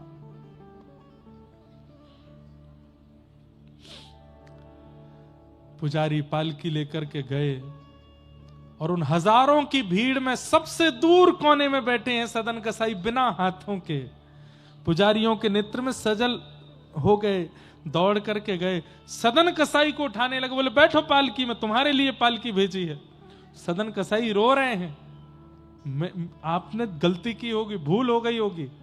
अरे ठाकुर जी ने कोई नाम बताया होगा, पता बताया होगा, मैं नहीं हो सकता, मैं परम भक्त, मैं तो जीवन भर कसाई रहा हूं, कितने जीवों को मार मार के उनका मांस बेका है मैंने, और अभी भी एक आरोप में बस कुछ दिन की बरी होकर के आया हूं, जाकर के मुझे मृत्युदंड मिलना है। मैं तो बहुत बड़ा आरोपी हूं, बहुत बड़ा पापी हूं, मैं इस पालकी का अधिकारी नहीं हो सकता। आप महाप्रभु जी से पूछ के आइए, दोबारा कोई और भक्त होगा। पुजारियों ने कहा ठाकुर जी ने नाम नहीं बताया, पता नहीं बताया, स्वरूप बताया, और स्वरूप में जैसे महाप्रभु जी हैं वैसे तुम हो, तुम्हारे लिए आज्ञा की बैठो। जबरदस्ती बैठा करके लेके आए हैं। इतना प्रेम, इतना करुणा, इतना अनुग्रह तो सदन कसाई ने सोचा भी नहीं था कि महाप्रभु जी देंगे। जैसे ही महाप्रभु जी के द्वार पर आए, जगन्नाथ मंदिर के सिंह द्वार के भीतर ही पतित पावन भगवान का दर्शन होता है। पतित पावन भगवान को देख करके दंडवत किया पालकी से उतर के सदन कसाई ने। आज तक उनके मन में यह नहीं आया कि मेरे हाथ कट गए। सब लोग इधर देखो, ध्यान से सुनो। आज तक मन में नहीं आया मेरे हाथ कट गए, लेकिन आज जैसे ही प्रणाम किया तो प्रणाम करने पर ये भुजाएं उठ नहीं पा रही थीं। तब पहली बार मन में आया कि मेरी भुजा होती तो मैं अपने महाप्रभु जी को दंडवत साष्टांग प्रणाम करता, लेकिन भुजा तो नहीं है। अब बंद हो गया, लेकिन पहले जगन्नाथपुरी में नियम था, प्रत्येक दर्शनार्थी महाप्रभु जी को आलिंगन करते थे, सब जाकर के महाप्रभु जी को पकड़ते। यही सोचते जा रहे हैं सदन कसाई कि मैं आलिंगन करूंगा कैसे, आलिंगन के लिए तो भुजा चाहिए, मेरे पास तो भुजा है ही नहीं। महाप्रभु जी बाह पसार करके खड़े, मैं कैसे आलिंगन करूंगा। जैसे ही महाप्रभु जी के सामने पहुंचे, इसी ग्लानि में रोने लगे कि नाथ मेरी भुजा नहीं है, मैं आपको अपने अंक में कैसे भरूंगा। इस भावना से कटी हुई भुजा जैसे ही उठाई, तुरंत दोनों भुजाएं प्रकट हो गईं और महाप्रभु जी को आलिंगन कर लिया, हृदय से लगा लिया। मानो उन्होंने नहीं, महाप्रभु जी ने उनको हृदय से लगाया। सोचिए, निर्दोष थे वो, मृत्यु दंड चढ़ा है उनके ऊपर, लेकिन महाप्रभु जी ने कैसा प्रेम, कैसा उपकार, कैसा अनुग्रह किया। क्यों? कोई सफाई नहीं देनी पड़ी किनको,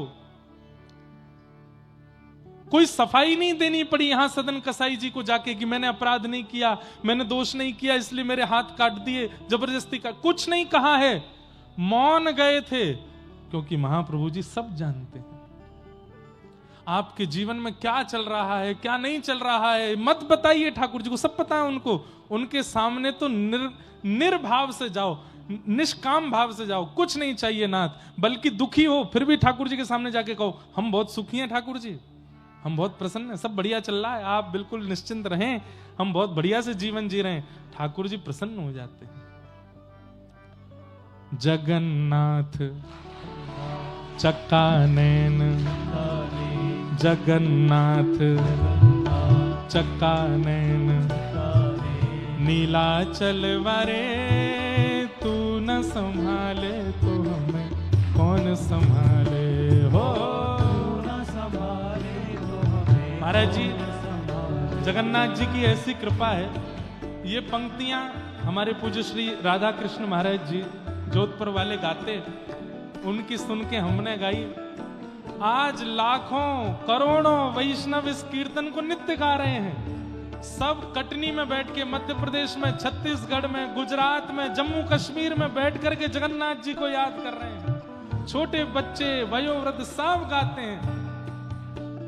हमें इतनी प्रसन्नता होती है कि महाप्रभु जगन्नाथ जी का सब नाम तो बोलते हैं, सब उनको याद तो करते हैं, और वास्तव में जो भी इस कीर्तन को गा रहे हैं वो जगन्नाथ जी को याद नहीं करते, जगन्नाथ जी उनको याद कर रहे हैं, तभी वो गा रहे हैं। गाइए, जगन्नाथ चक्कानैन, नीलाचल वारे तू न संभाले तो हमें कौन संभाले हो। न संभाले तो हमें कौन संभाले, हे तू न संभाले तो हमें कौन संभाले हो। न संभाले तो बरदा। श्री जगन्नाथ महाप्रभु की जय। महाराज, जगन्नाथपुरी में सब कुछ महा है। दुनिया में प्रसाद होता है, वहां महाप्रसाद है। दुनिया में समुद्र होता है, पर वहां पर महोदधि है। दुनिया में प्रभु होते हैं, पर वहां महाप्रभु हैं। जगन्नाथपुरी में सब कुछ महा है। दुनिया में सब पात्र होते हैं, वहां महापात्र हैं। सब कुछ महा है जगन्नाथपुरी में। ऐसे अद्भुत ठाकुर हैं भैया। इस कलिकाल में हम जीवों के यदि वास्तव में कोई नाथ हैं, हम सब अनाथ हैं इस कलिकाल में, हमारे नाथ यदि कोई हैं तो वो महाप्रभु जगन्नाथ है। इस कलयुग में हम सबके प्राणदाता वही है, उनको प्रणाम।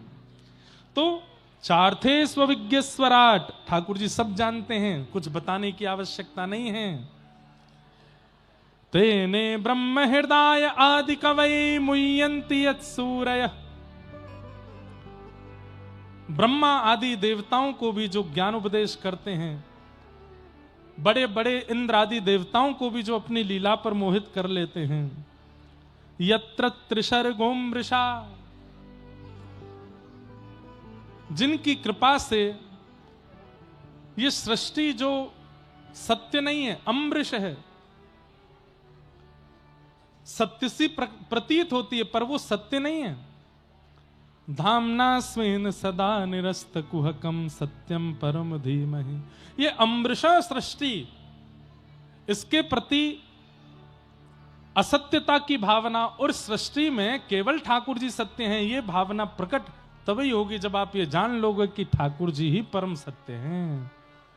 सत्यम परम धीमहि, ऐसे परम सत्य परमात्मा को हम बारंबार प्रणाम करते हैं, परम सत्य भगवान को वंदन करते हैं। धर्म प्रोजित केतवोत्र परमो निर्मत्सराणाम सताम वैद्यम वास्तवमत्र वस्तु शिवदम तापत्रयोन्मूलनम। श्रीमद्भागवते महामुनि कृते किंबा परैरीश्वर सद्यो हृद्यवरुध्यते त्रिकृतभिः शुश्रूषुभिस्तत्क्षणात्। विषय, अधिकारी, संबंध और प्रयोजन। श्रीमद् भागवत कथा कराने का, सुनने का, करने का विषय क्या है? परम धर्म का उद्दीपन होना। धर्म और परम धर्म में अंतर है। इन संसार में रहने के लिए, मान प्रतिष्ठा यश वैभव प्राप्ति के लिए जो हम कर्म करते हैं, सत्कर्म करते हैं, वो सब धर्म कहलाते हैं। पर भगवत प्राप्ति के लिए जो हम क्रिया करते हैं वो परम धर्म कहलाता है। आप तिलक लगाते हैं, शिखा रखते हैं, धोती पहनते हैं, धर्म का पालन करते हैं, गुरु आज्ञा मानते हैं, माता पिता की सेवा करते हैं, सब धर्म हैं। पर इस धर्म को करने से आपका यह लोक सुधरेगा, पर उस लोक की प्राप्ति के लिए और उस परमात्मा की प्राप्ति के लिए आपको परम धर्म करना पड़ेगा। परम धर्म किसे कहते हैं? जहां पर शरीर के सुख की कामना नहीं है, आत्म कल्याण की भावना है कि शरीर में विद्यमान जो वो दिव्य चेतना है, वो आत्मा है, उसका उद्धार हो, जैसे भी हो उसका कल्याण हो, ये भावना चित्त में जब आ जाती है तब वह परम धर्म का रूप ले लेता है। हम सब लोग धार्मिक हैं, परम धार्मिक नहीं है। धर्म तो करते हैं पर परम धर्म का विचार नहीं करते। अब देखा जाए, सब मंदिर जाते हैं, सब चंदन लगाते हैं, सब तिलक लगाते हैं, सब हनुमान चालीसा करते हैं, पर अधर्म करते समय बिल्कुल भी घबराते नहीं। इसका मतलब परम धर्म नहीं है चित्त में। श्रीमद् भागवत का विषय क्या है? परम धर्म को प्रकट करना। ध्यान पूर्वक सुनिएगा हमारी बात। धर्म और परम धर्म दोनों में अंतर क्या है? आप परिक्रमा लगाने के लिए गए, गिरिराज जी की परिक्रमा, कामतानाथ जी की परिक्रमा, मैहर देवी माता के दर्शन करने पैदल गए, ये क्या है? धर्म है कि परम धर्म है? ये धर्म है। क्यों? शारीरिक क्रिया है, शरीर से परिक्रमा लगाई जा रही है। लेकिन आप कटनी मध्य प्रदेश में बैठे हैं, नेत्र बंद करके चिंतन करते हैं कि मैं गिरिराज जी में हूं, गिरिराज जी की पावन तलेटी है, पावन रज बिछी हुई है, रसिक जन गिरिराज जी की जय जयकार करते हुए आगे पीछे चल रहे हैं, और मैंने दान घाटी पे प्रणाम करके परिक्रमा प्रारंभ की है। सुंदर मयूर, बानर, कहीं ब्रजवासी, कहीं साधु संत महात्मा दर्शन दे रहे हैं, कहीं भंडारा चल रहा है, कहीं सब लोग मिलकर के संकीर्तन कर रहे हैं। आहा, चलते चलते चलते अब तो आने और गांव आ गया। आने और गांव में बढ़िया सुंदर ठाकुर जी की झांकी है। आने और गांव से थोड़े आगे निकले, अब पूछरी के लौठा आ गए। पूछरी के लौठा की जय हो, प्रणाम कर लिया। अब यहां से आगे चले, अब तो जतीपुरा आया है। आहा, जतीपुरा में लस्सी पियेंगे, थोड़ी सी लस्सी पी ली महाराज। जतीपुरा में प्रणाम कियो, प्रणाम करके चले। थक गए हैं, तोरे पामों में दर्द हो रहा, नेक बैठ गए हैं, व्रजरज को माथे से लगा रहे हैं। थोड़े और आगे चले, बड़ी परिक्रमा पूरी हो गई, प्रणाम करके छोटी परिक्रमा में प्रवेश कर गए हैं। चलते चलते महाराज सुंदर दिव्य दर्शन हो रहे हैं। अब आगे चले तो यहाँ पर उद्धव कुंड आ गया, कृष्ण कुंड आ गया, राधा कुंड आ गया। सब जगह प्रणाम करते हुए हम आगे अरे भैया अब तो थक गए, चलो नहीं जा रहे है, बड़े हाँप रहे हैं। आहा, अब तो मुकुट मुखारबिंद आ गया, कुसुम सरोवर आ गया। दान घाटी आते ही परिक्रमा विश्राम, ये परम धर्म है। मानसिक तीर्थ याटन करना। आप कहोगे महाराज जी, इसको आप ये भी तो कह सकते हो कि वो जीव आलसी है, चल के जाना नहीं चाहता इसलिए मन से कर रहा है। नहीं, मन से करने वाला व्यक्ति आत्मा को भ्रमण कराता है, आत्मा की तीर्थ यात्रा कराता है और आत्मा को भगवत सन्निधि दिलाता है। यही तो परम धर्म है। अब शरीर से गए गिरिराज जी, पर मन डोल लो जबलपुर में। शरीर से तो गोवर्धन नाथ जी की परिक्रमा कर रहे हैं, पर बात कर रहे हैं भैया आपके बीजेपी आवेगी, कौन आवेगो। शरीर से तो तिरुपति बालाजी दर्शन करने के लिए गए, पर मन में चर्चा चल रही है कि घर में क्या चल रहा होगा, क्या विषय होगा, क्या भाव होगा, क्या वार्ता होगी, आदि आदि। वो धर्म तक सीमित रह जाता है क्योंकि मन वहां नहीं लगा। पर शरीर आपका कटनी में, शरीर आपका जबलपुर में, शरीर आपका मैहर में, शरीर आपका सतना में, शरीर आपका कहीं और है, पर मन से एक दिन पता है कैसा आएगा। यही मानसिक चिंतन करते करते करते ऐसा होगा, आप बैठे कटनी में होंगे लेकिन गिरिराज जी में जो हो रहा होगा आपको यहीं बैठे बैठे अनुभव होने लग जाएगा। ये चमत्कार नहीं होगा। रैदास जी के चरित्र में मैंने पढ़ा है कि रैदास जी अपने ठाकुर जी को तीर्थ यात्रा कराते थे, लेकिन रैदास जी को लगा बड़ा श्रम हो जाता है, अब तीर्थों में नहीं जाएंगे, घर पे ही सेवा करेंगे। तो एक दिन ठाकुर जी स्वप्न में बोले, अरे रैदास, अब तू हमको तीर्थ यात्रा नहीं कराते। रैदास जी बोले, गाड़ी घोड़ा है नहीं, बहुत पुरानी बात है, महीनों तो यात्रा में ही निकल जाता था। तो रैदास जी ने कहा, जय जय, मानसिक तीर्थ यात्रा कराऊंगा आपको। और रैदास जी अपने ठाकुर जी का नित्य श्रृंगार करते, और श्रृंगार के बाद नेत्र बंद करके, चलो जय जय, आज आपको जगन्नाथपुरी के दर्शन कराऊं। आहा, देखो नील चक्र है, नीलाचल धाम है, हरि हरि बोलो कह करके सब उड़िया भक्त चल रहे हैं। महाप्रभु जगन्नाथ जी कितने सुंदर लग रहे हैं, सुभद्रा जी कितनी अच्छी लग रही हैं, बलभद्र जी कितने प्यारे लग रहे हैं, चलो जय जय महाप्रसाद पाले। मानसिक चिंतन महाप्रसाद का करते थे, जब नेत्र खोलते तो सामने पत्तल पर महाप्रसाद प्रकट हो जाता था रैदास जी के। अरे आप कहोगे ये भी चमत्कार है, तो एक और बात सुनो। एक बार रैदास जी बोले, जय जय, बहुत गर्मी पड़ रही है, अब की बार बद्रीनाथ चलते हैं, वहां ठंडक है। ठाकुर जी का श्रृंगार किया, अपनी कुटिया में बैठे हैं गांव में, जेठ का महीना, गर्मी पड़ रही है, लू चल रही है गरम गरम, और रैदास जी कह रहे हैं जय जय चलो बद्रीनाथ चल रहे हैं। आहा, गंगा जी को प्रणाम किया, हरिद्वार से आगे निकले, ऋषिकेश आ गया। अब ऋषिकेश के बाद अब देखो यहाँ पर ये कर्ण प्रयाग, रुद्र प्रयाग, देव प्रयाग सब पार करते हुए जगन्नाथपुरी पहुंच गए। जय जय, 100 ओढ़ ले, बहुत झाड़ो पड़ रहा है, बर्फ पड़ रही है चारों ओर से। जैसे ही बद्रीनाथ का चिंतन करते तो गांव में भी बर्फीली हवा चलने लग जाती। गांव के लोग समझ जाते, जरूर रैदास अपने ठाकुर जी को बद्रीनाथ ले गया होगा, तभी बर्फ गिर रही है। कहने का अभिप्राय क्या है? तन से जो आप कर रहे हैं वो धर्म है, पर मन जहां लगा है वो परम धर्म है।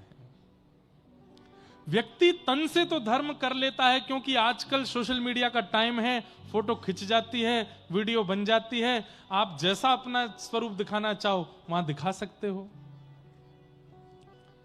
मन से होना चाहिए।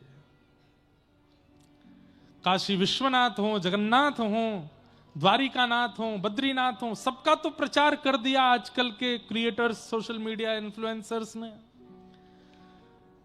वो धर्म तो कर रहे हैं, पर परम धर्म तो मन से होता है, मानसिक रूप से होता है। श्रीमद् भागवत क्या कराती है? श्रीमद् भागवत आपके चित्त में परम धर्म का बीज बो देती है।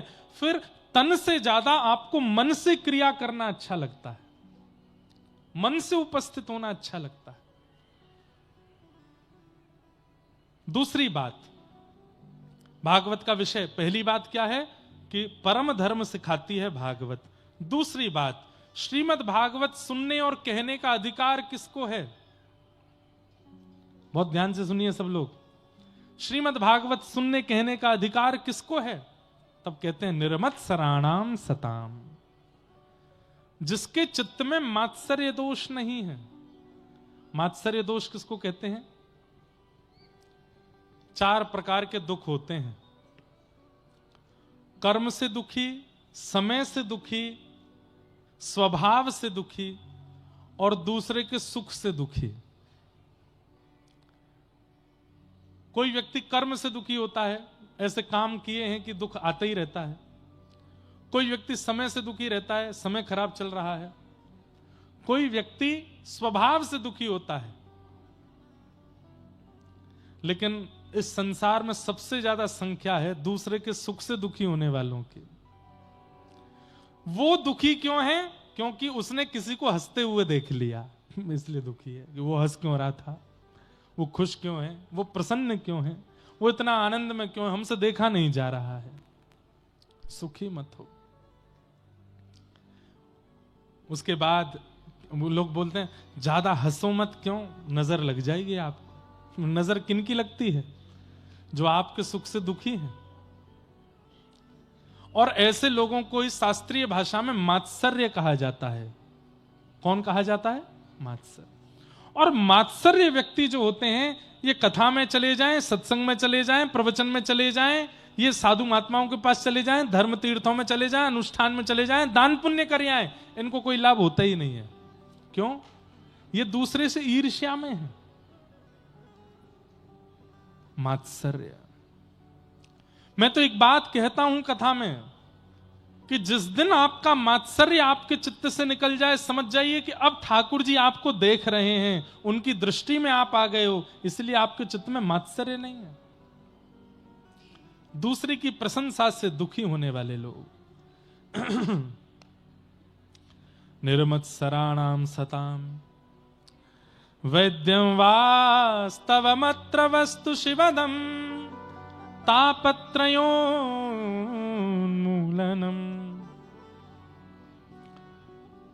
वैद्यम वास्तवमत्र वस्तु शिवदम।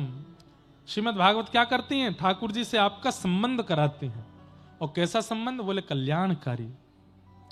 ठाकुर जी आपको अपने कोई लगने लगे। हमारे श्रीमन रामानुजाचार्य भगवान के ठाकुर जी से 4 संबंध हैं, पिता, पुत्र, गुरु और शिष्य। श्री आचार्य चरण जिस परंपरा में हम हैं, जिस परंपरा में पूज्य महाराज जी विराजमान हैं, हमारे परंपरा के आचार्य श्री रामानुजाचार्य जी भाष्यकार, शेषावतार, उनके ठाकुर जी से 4 संबंध हैं। एक ठाकुर जी से पिता का संबंध है, एक ठाकुर जी संपत कुमार भगवान से पुत्र का संबंध है, वेंकटेश भगवान के प्रति शिष्य का संबंध है। यहां जितने भी श्री वैष्णव बैठे हैं, अगर मैं इस बात को कह दूं तो इसमें कोई अतिशयोक्ति नहीं। वेंकटेश तिरुपति बालाजी भगवान हम श्री वैष्णवों के गुरु भाई हैं, हमारे गुरु भाई हैं। क्यों? आचार्य चरण से अष्टाक्षर मंत्र की विधि सुनी है उन्होंने। और श्री रंगनाथ भगवान, इनके प्रति गुरु भाव। शिष्य, गुरु, पुत्र और पिता, ये 4 संबंध ठाकुर जी से हैं आचार्य चरण के। ठाकुर जी को अपना कोई संबंधी मानो। तो हे मोहे नाते अनेक, मानिए जो भावे।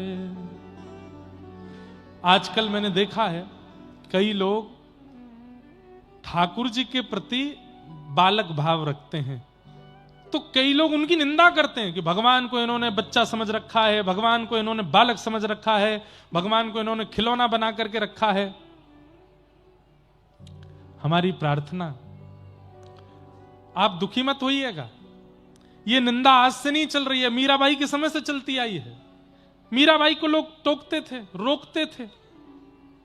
ठाकुर जी को पति बोलती है, मेरे तो गिरधर गोपाल दूसरों न कोई, जाके सिर मोर मुकुट मेरो पति सोई। मेरे तो गिरधर गोपाल दूसरों न कोई। मीराबाई ठाकुर जी को अपना पति मानती। कितने लोग मीराबाई की निंदा करते थे, ठाकुर जी को अपना पति मानती है। अरे तू इतनी पवित्र है, तू इतने अच्छे कुल में जन्मी है, ठाकुर जी तुझे अपनी पत्नी माने, तू ठाकुर जी को पति माने। संसार बोलता रहा और अंत तो गत्वा द्वारिकाधीश ने मीराबाई को स्वीकार किया। पति बनकर के आए, बीण बनकर के आए, दुल्हा बनकर के आए ठाकुर जी, और मीराबाई को ले गए अपने साथ। प्रसिद्ध कथा है, थोड़ी सी सुना देता हूं। मीराबाई ठाकुर जी को पति मानती थी, अपना परिवार छोड़ा, ब्याह किया भोजराज के साथ, फिर मेवाड़ छोड़ा, वृंदावन आ गई, वृंदावन छोड़ा, द्वारिका चली गई। जब द्वारिका में जाके मीराबाई रहने लगी तो वहां मेवाड़ में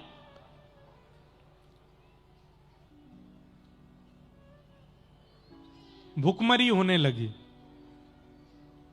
तब किसी तांत्रिक ने आके, ज्योतिषी ने आकर के बताया कि आपकी इस मेवाड़ भूमि को वैष्णव अपराध लगा है, इसलिए यहां पर वर्षा नहीं हो रही है, इसलिए यहां की जमीन जो है उससे अनाज उत्पन्न होना बंद हो गया है। बोले कौन से वैष्णव का अपराध हुआ? बोले मीराबाई का अपराध हुआ, उनको बुला के लाओ। तो मीराबाई को बुलाने के लिए मेवाड़ से हजारों ब्राह्मण गए। और सब ने कहा मेवाड़ की रक्षा के लिए आप वापस मेवाड़ चलो, क्योंकि जब तक आप मेवाड़ जाके मेवाड़ को क्षमा नहीं करोगी तब तक वहां पर खेती बाड़ी नहीं हो पाएगी। मीराबाई बोली अब मैं बहुत भटक ली हूं संसार में, मेवाड़ छोड़ा, मेड़ता छोड़ा, वृंदावन छोड़ा, अब मेरे जीवन के अंतिम समय में मैं द्वारिका आई हूं, अब मैं वापस नहीं जाऊंगी। तो ब्राह्मण बोले, मेवाड़ में लोग भूखे मर रहे हैं, प्यासे मर रहे हैं, मीराबाई उनका विचार करो, तुम्हारे जाने से अगर घर में रोटी बनने लगे, पानी मिल जाए लोगों को, तो नहीं जाओगी। तो मीराबाई बड़े संशय में आ गई, क्या करूं। तब मीराबाई बोली, ठीक है, मैं कल ठाकुर जी से आज्ञा ले लेती हूं, अगर ठाकुर जी ने अब भी मुझे स्वीकार नहीं किया तो मैं चल दूंगी, और स्वीकार किया तो मैं ठाकुर जी में विलीन हो जाऊंगी, प्राण त्याग दूंगी।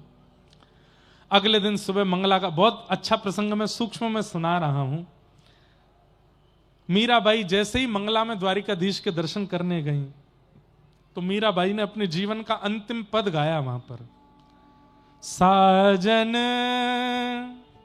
ज्यों जानो सुध लीजो, साजन ज्यों जानो सुध।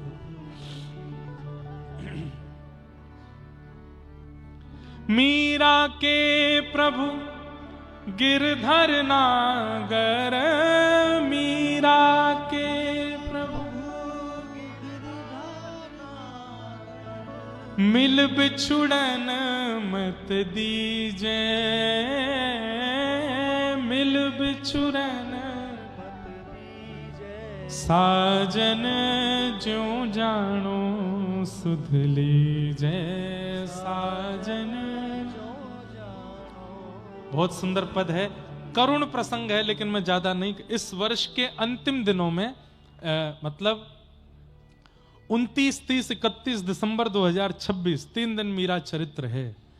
आप लोग उसको लाइव सुनिएगा, बंबई में है। 29, 30 और 31 दिसंबर मीरा चरित्र बहुत सुंदर है, मीराबाई का चरित्र।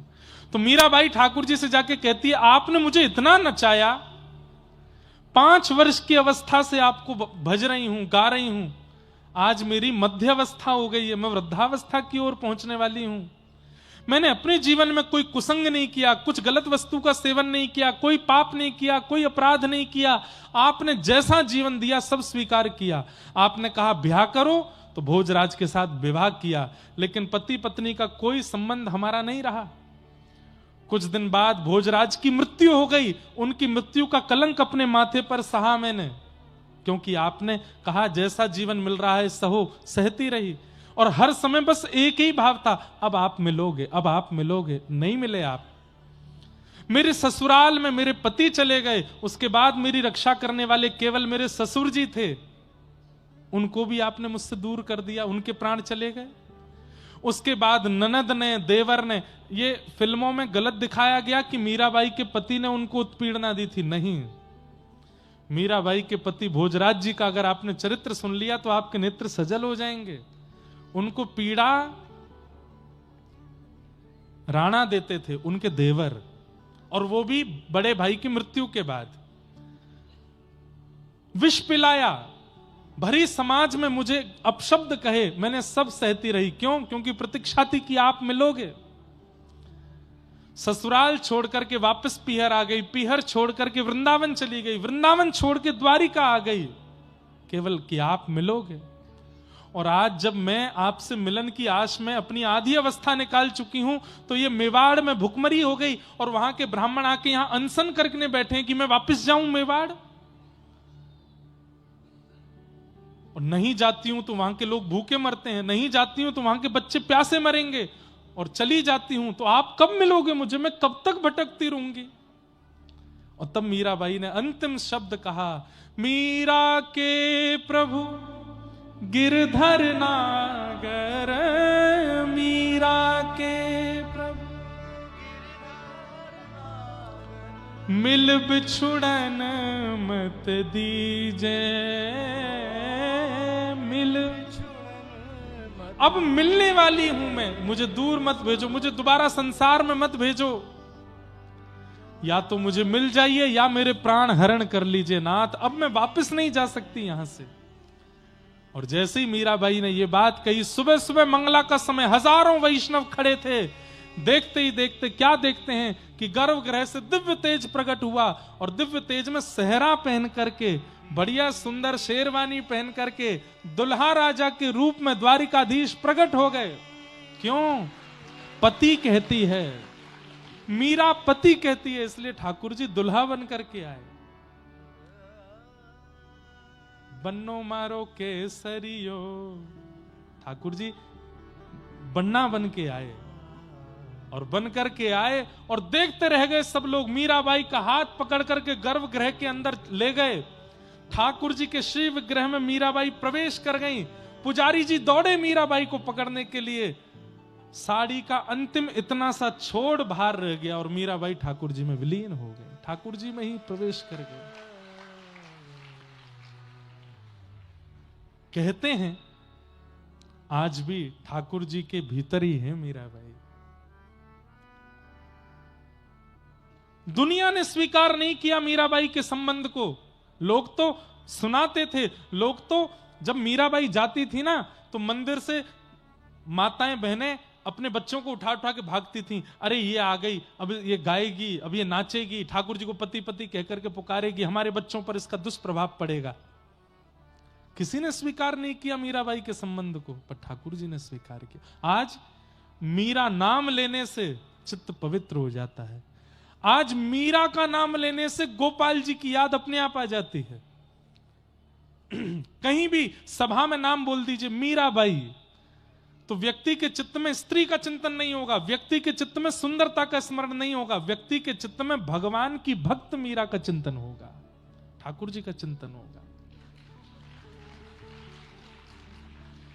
वैद्यम वास्तवमत्र वस्तु शिवदम।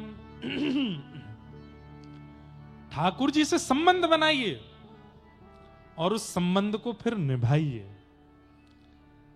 ठाकुर जी को कुछ तो मानो और उसका ढिंडोरा मत पीटो। सबको मत बताओ कि आप ठाकुर जी को क्या मानते हो।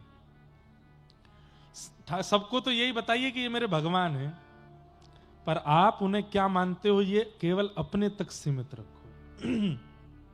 उस संबंध का निर्वहन करो। हमारे अयोध्या में एक महाराज जी एक संत थे, वशिष्ठ कुल में जन्मे थे, राम जी को अपना चेला बोलते थे। इसी कलिकाल में बोले मैं वशिष्ठ कुल में जन्मा हूं, इस नाते से राम जी मेरे शिष्य हैं। तो इस बात की प्रसिद्धि है कि राम जी भी उनको शिष्य गुरु मानते थे अपना। राम जी की सवारी निकलती थी तो पर्टिकुलर अयोध्या का एक स्थान था, वहां पे राम जी की पाग अपने आप नीचे गिर जाती। सब पंडा पुजारी बोले पूरी यात्रा अच्छे से होती, यहां पे पगड़ी क्यों गिर जाती है? तो वो घर जो था उन्हीं वशिष्ठ कुल वाले गुरुजी का था। वो निकल करके बोले मैं बताऊं? बोले क्या? मैं इनको अपना शिष्य मानता हूं। तो जब भी पालकी यहां से निकलती है तो ये कहते हैं कि गुरुजी अब मैं क्या बताऊं, आपके सामने पालकी पर नहीं बैठना चाहिए, पर ये सब भक्तजन मुझे पालकी पर बैठा रहे हैं, लेकिन फिर भी आपके सम्मान में पगड़ी उतार देता हूं कि मेरे गुरुदेव का घर है, यहां मैं पगड़ी पहन के नहीं निकलूंगा। लोग बागों ने फिर भी नहीं माना उनकी बात को। लोग बाग बोले तुम झूठ बोलते हो। अरे ठाकुर जी को अपना शिष्य बोलते हो?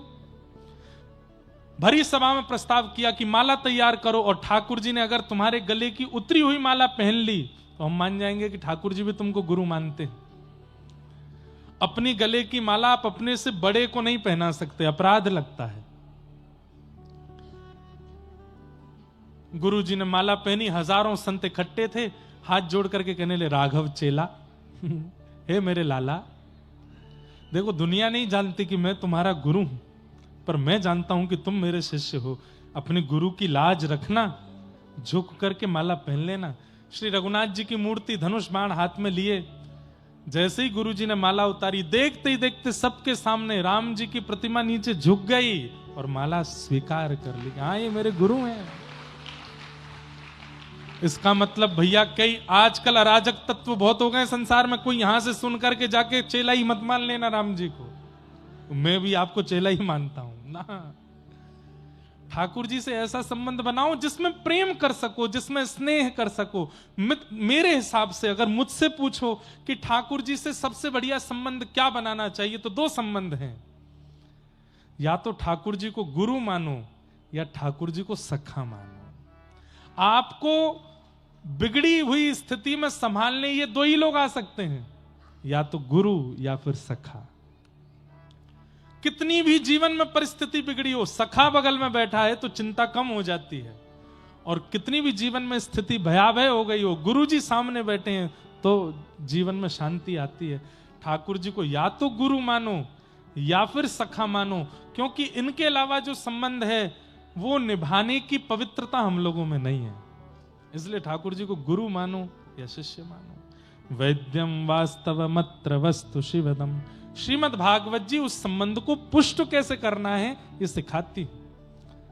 आज संबंध सोच लीजिए ठाकुर जी को आप क्या मानते हो, और पूरी कथा सुनिए। 7 दिन में उस संबंध को निभाना कैसे ये कथा आपको सिखा देगी। श्रीमद् भागवते महामुनि कृते किंबा परैरीश्वरः सद्यो हृदयवरुध्य तित्रकृत भी शुश्रूषुभिस्तत्क्षणात्। श्रीमद् भागवत की कथा को नित्य सुनो, जिसके सुनने के मात्र से चित्त में हरि प्रकट हो जाते हैं। तापत्रयोन्मूलनम। ठाकुर जी की कथा, ठाकुर जी का दर्शन 3 प्रकार के तापों का उन्मूलन करती है। ताप किसे कहते हैं? कष्ट। हमारे जीवन में 3 ही कष्ट हैं, आदि दैविक, आदि भौतिक, आध्यात्मिक। कोई व्यक्ति शरीर का रोगी है, कोई व्यक्ति बुद्धि का रोगी है, कोई व्यक्ति धन का रोगी है, कोई व्यक्ति संबंध का रोगी है। ये सारे रोग, सारे कष्ट इन 3 में ही आते हैं, आदि दैविक, आदि भौतिक, आध्यात्मिक। और इन तीनों तापों का उपशमन करते हैं ठाकुर जी। अच्छा, एक बात बहुत ध्यान से सुनिएगा, सब लोग हमारी ओर देखो, बहुत ध्यान से सुनो। कई लोगों को लगता है 6 बज गए, उठ के चलो। अरे, जब तक व्यास जी बैठे हैं तब तक बैठे रहो, उठ के जाओगे तो फिर अपराध लगेगा। क्लास टीचर बैठा हो और बीच में ही स्टूडेंट्स उठ के जाने लगे तो टीचर क्या करेगा? दंड देता है, मार्क्स कम कर देता है। इसलिए जब तक कथा चल रही है, भले ही समय पूर्ण हो जाए, हम आए भी तो 20 मिनट लेट थे, इसलिए कम से कम 20 मिनट ज्यादा तो सुन के जाओ, सुन के जाओ। और एक बात बोलें, कथा समय से पूरी हो जाए तो समझना हम आए थे और व्यास जी आए थे, और कथा समय से ऊपर चली जाए तो समझना ठाकुर जी आए थे आज कथा में। इसीलिए समय से ऊपर जा रही है, मजा आ रहा है, आनंद आ रहा है कथा सुनने में। सुनो, क्या बता रहा था मैं? कथा सुनने वाले, तिलक लगाने वाले, शिखा धारण करने वाले, धोती पहनने वाले, नित्य भगवान का आराधन करने वाले, अर्चना करने वाले, भक्ति भजन, भक्ति पथ पर चलने वालों के जीवन में कष्ट नहीं आता, ये बात बिल्कुल झूठी है। कष्ट सबके जीवन में आता है।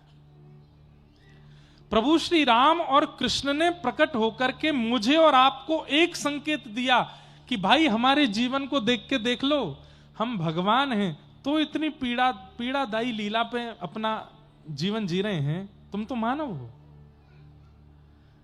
राम जी कह रहे हैं कि मैं परमात्मा हूं, फिर भी मुझे 14 वर्ष का वन मिल रहा है, तुम तो इंसान हो।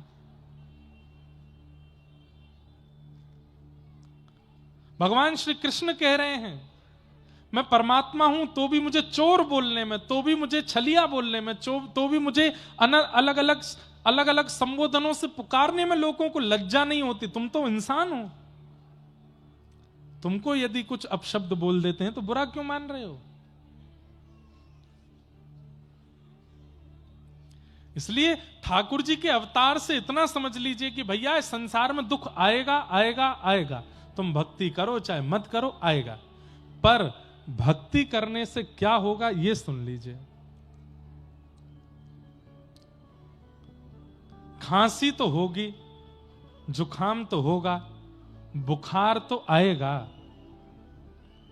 लेकिन रसायन पीते रहोगे, समय समय पर ये आयुर्वेदिक औषधियां लेते रहोगे, तो बुखार आएगा तो सही, पर उतना भयावह नहीं आएगा जितना भयावह सामान्य को आता है। ठीक वैसे ही कृष्ण नाम लेने वाले, नारायण नाम लेने वाले, राम नाम लेने वाले, राधा नाम रटने वाले, हरि नाम गाने वालों के जीवन में कष्ट तो आता है, पर उनको इतना तोड़ता नहीं है जितना संसारी लोगों को तोड़ देता है। या फिर ऐसा कहो, कष्ट तोड़ने में कसर छोड़ता नहीं, लेकिन आप नाम से इतने मजबूत हो चुके हो कि आप टूटते नहीं हो, ये बात कह लो। भैया भक्ति करने के बाद जीवन में कष्ट नहीं आएगा, ये मिथ्या बात है। बल्कि ऐसा कह दो कि भक्ति करने के बाद में कष्ट से जूझना सीख जाते हो, लड़ना सीख जाते हो आप। अब किसी को बंदूक ही पकड़नी नहीं आती, तुम उसको बॉर्डर पे भेज दो, क्या होगा? वो एक बम गिरते ही भागेगा माई बाप नाम लेके, अरे बचाओ बचाओ बचाओ। लेकिन जिसको बंदूक से लड़ना आता है, भले ही अपनी छाती पर गोली खाने के लिए तैयार रहेगा वो जवान, लेकिन कम से कम 10 को उड़ा करके जाएगा, नष्ट करके जाएगा। जूझना आ जाता है भक्तों को। काम, क्रोध, लोभ, मोह, ईर्ष्या, द्वेष, अभिनिवेश, अहंता, ममता, चिंता, ये सब हमारे सामने आक्रमण करने के लिए आते हैं, आक्रमण करते हैं। बाण आता भी है, लगता भी है, लेकिन हम अपने इतना ठोस बना चुके हैं नाम जप जप के कि हम ज्यादा पीड़ा में आते नहीं। हमें हजारों लोग सुन रहे हैं, हजारों लोग हमारे भजन गा रहे हैं, कीर्तन गा रहे हैं, इतनी प्रसिद्धि दे रहे हैं संसार के लोग। इसका मतलब ये नहीं है कि अप्रसिद्धि नहीं है, बहुत हो रही है। लेकिन हाँ, ठाकुर जी की कृपा से पीड़ा नहीं है। ठाकुर जी की कृपा से उन लोगों के द्वारा कुछ भी कहने या उत्पीड़ना करने पर मन विचलित नहीं होता। क्यों? कथा किस लिए कर रहे हैं फिर? प्रवचन किस लिए कर रहे हैं फिर? मुझे कहना नहीं चाहिए, कुछ दिन पहले एक कथा कहने वाली एक बहन जी ने कुछ गलत किया। अब हुआ क्या ये नहीं पता उनके साथ में। अब ये हो गया कि स्वाभाविक उनकी मृत्यु हुई कि उन्होंने खुद कुछ किया। भगवान उन्हें अपने चरणों में वास दें। पर हमारी एक प्रार्थना है कि आध्यात्मिक व्यक्ति को जीवन से परेशान होकर कुछ नहीं करना चाहिए। अरे तो भगवान का नाम पर इतना भरोसा नहीं, भगवान के चरणों में इतना विश्वास नहीं, अरे वो सब रक्षा करेंगे। हमारे व्रज में गाते हैं, संकट हरेंगी करेंगी भली वृषभानु की लली। संकट हरेंगी करेंगी भली वृषभानु की लली। गाइए, आज यही कीर्तन गाकर के कथा को विश्राम करेंगे। भाव से गाओ। तेरो संकट हरेंगी करेंगी भली वृषभानु की लली।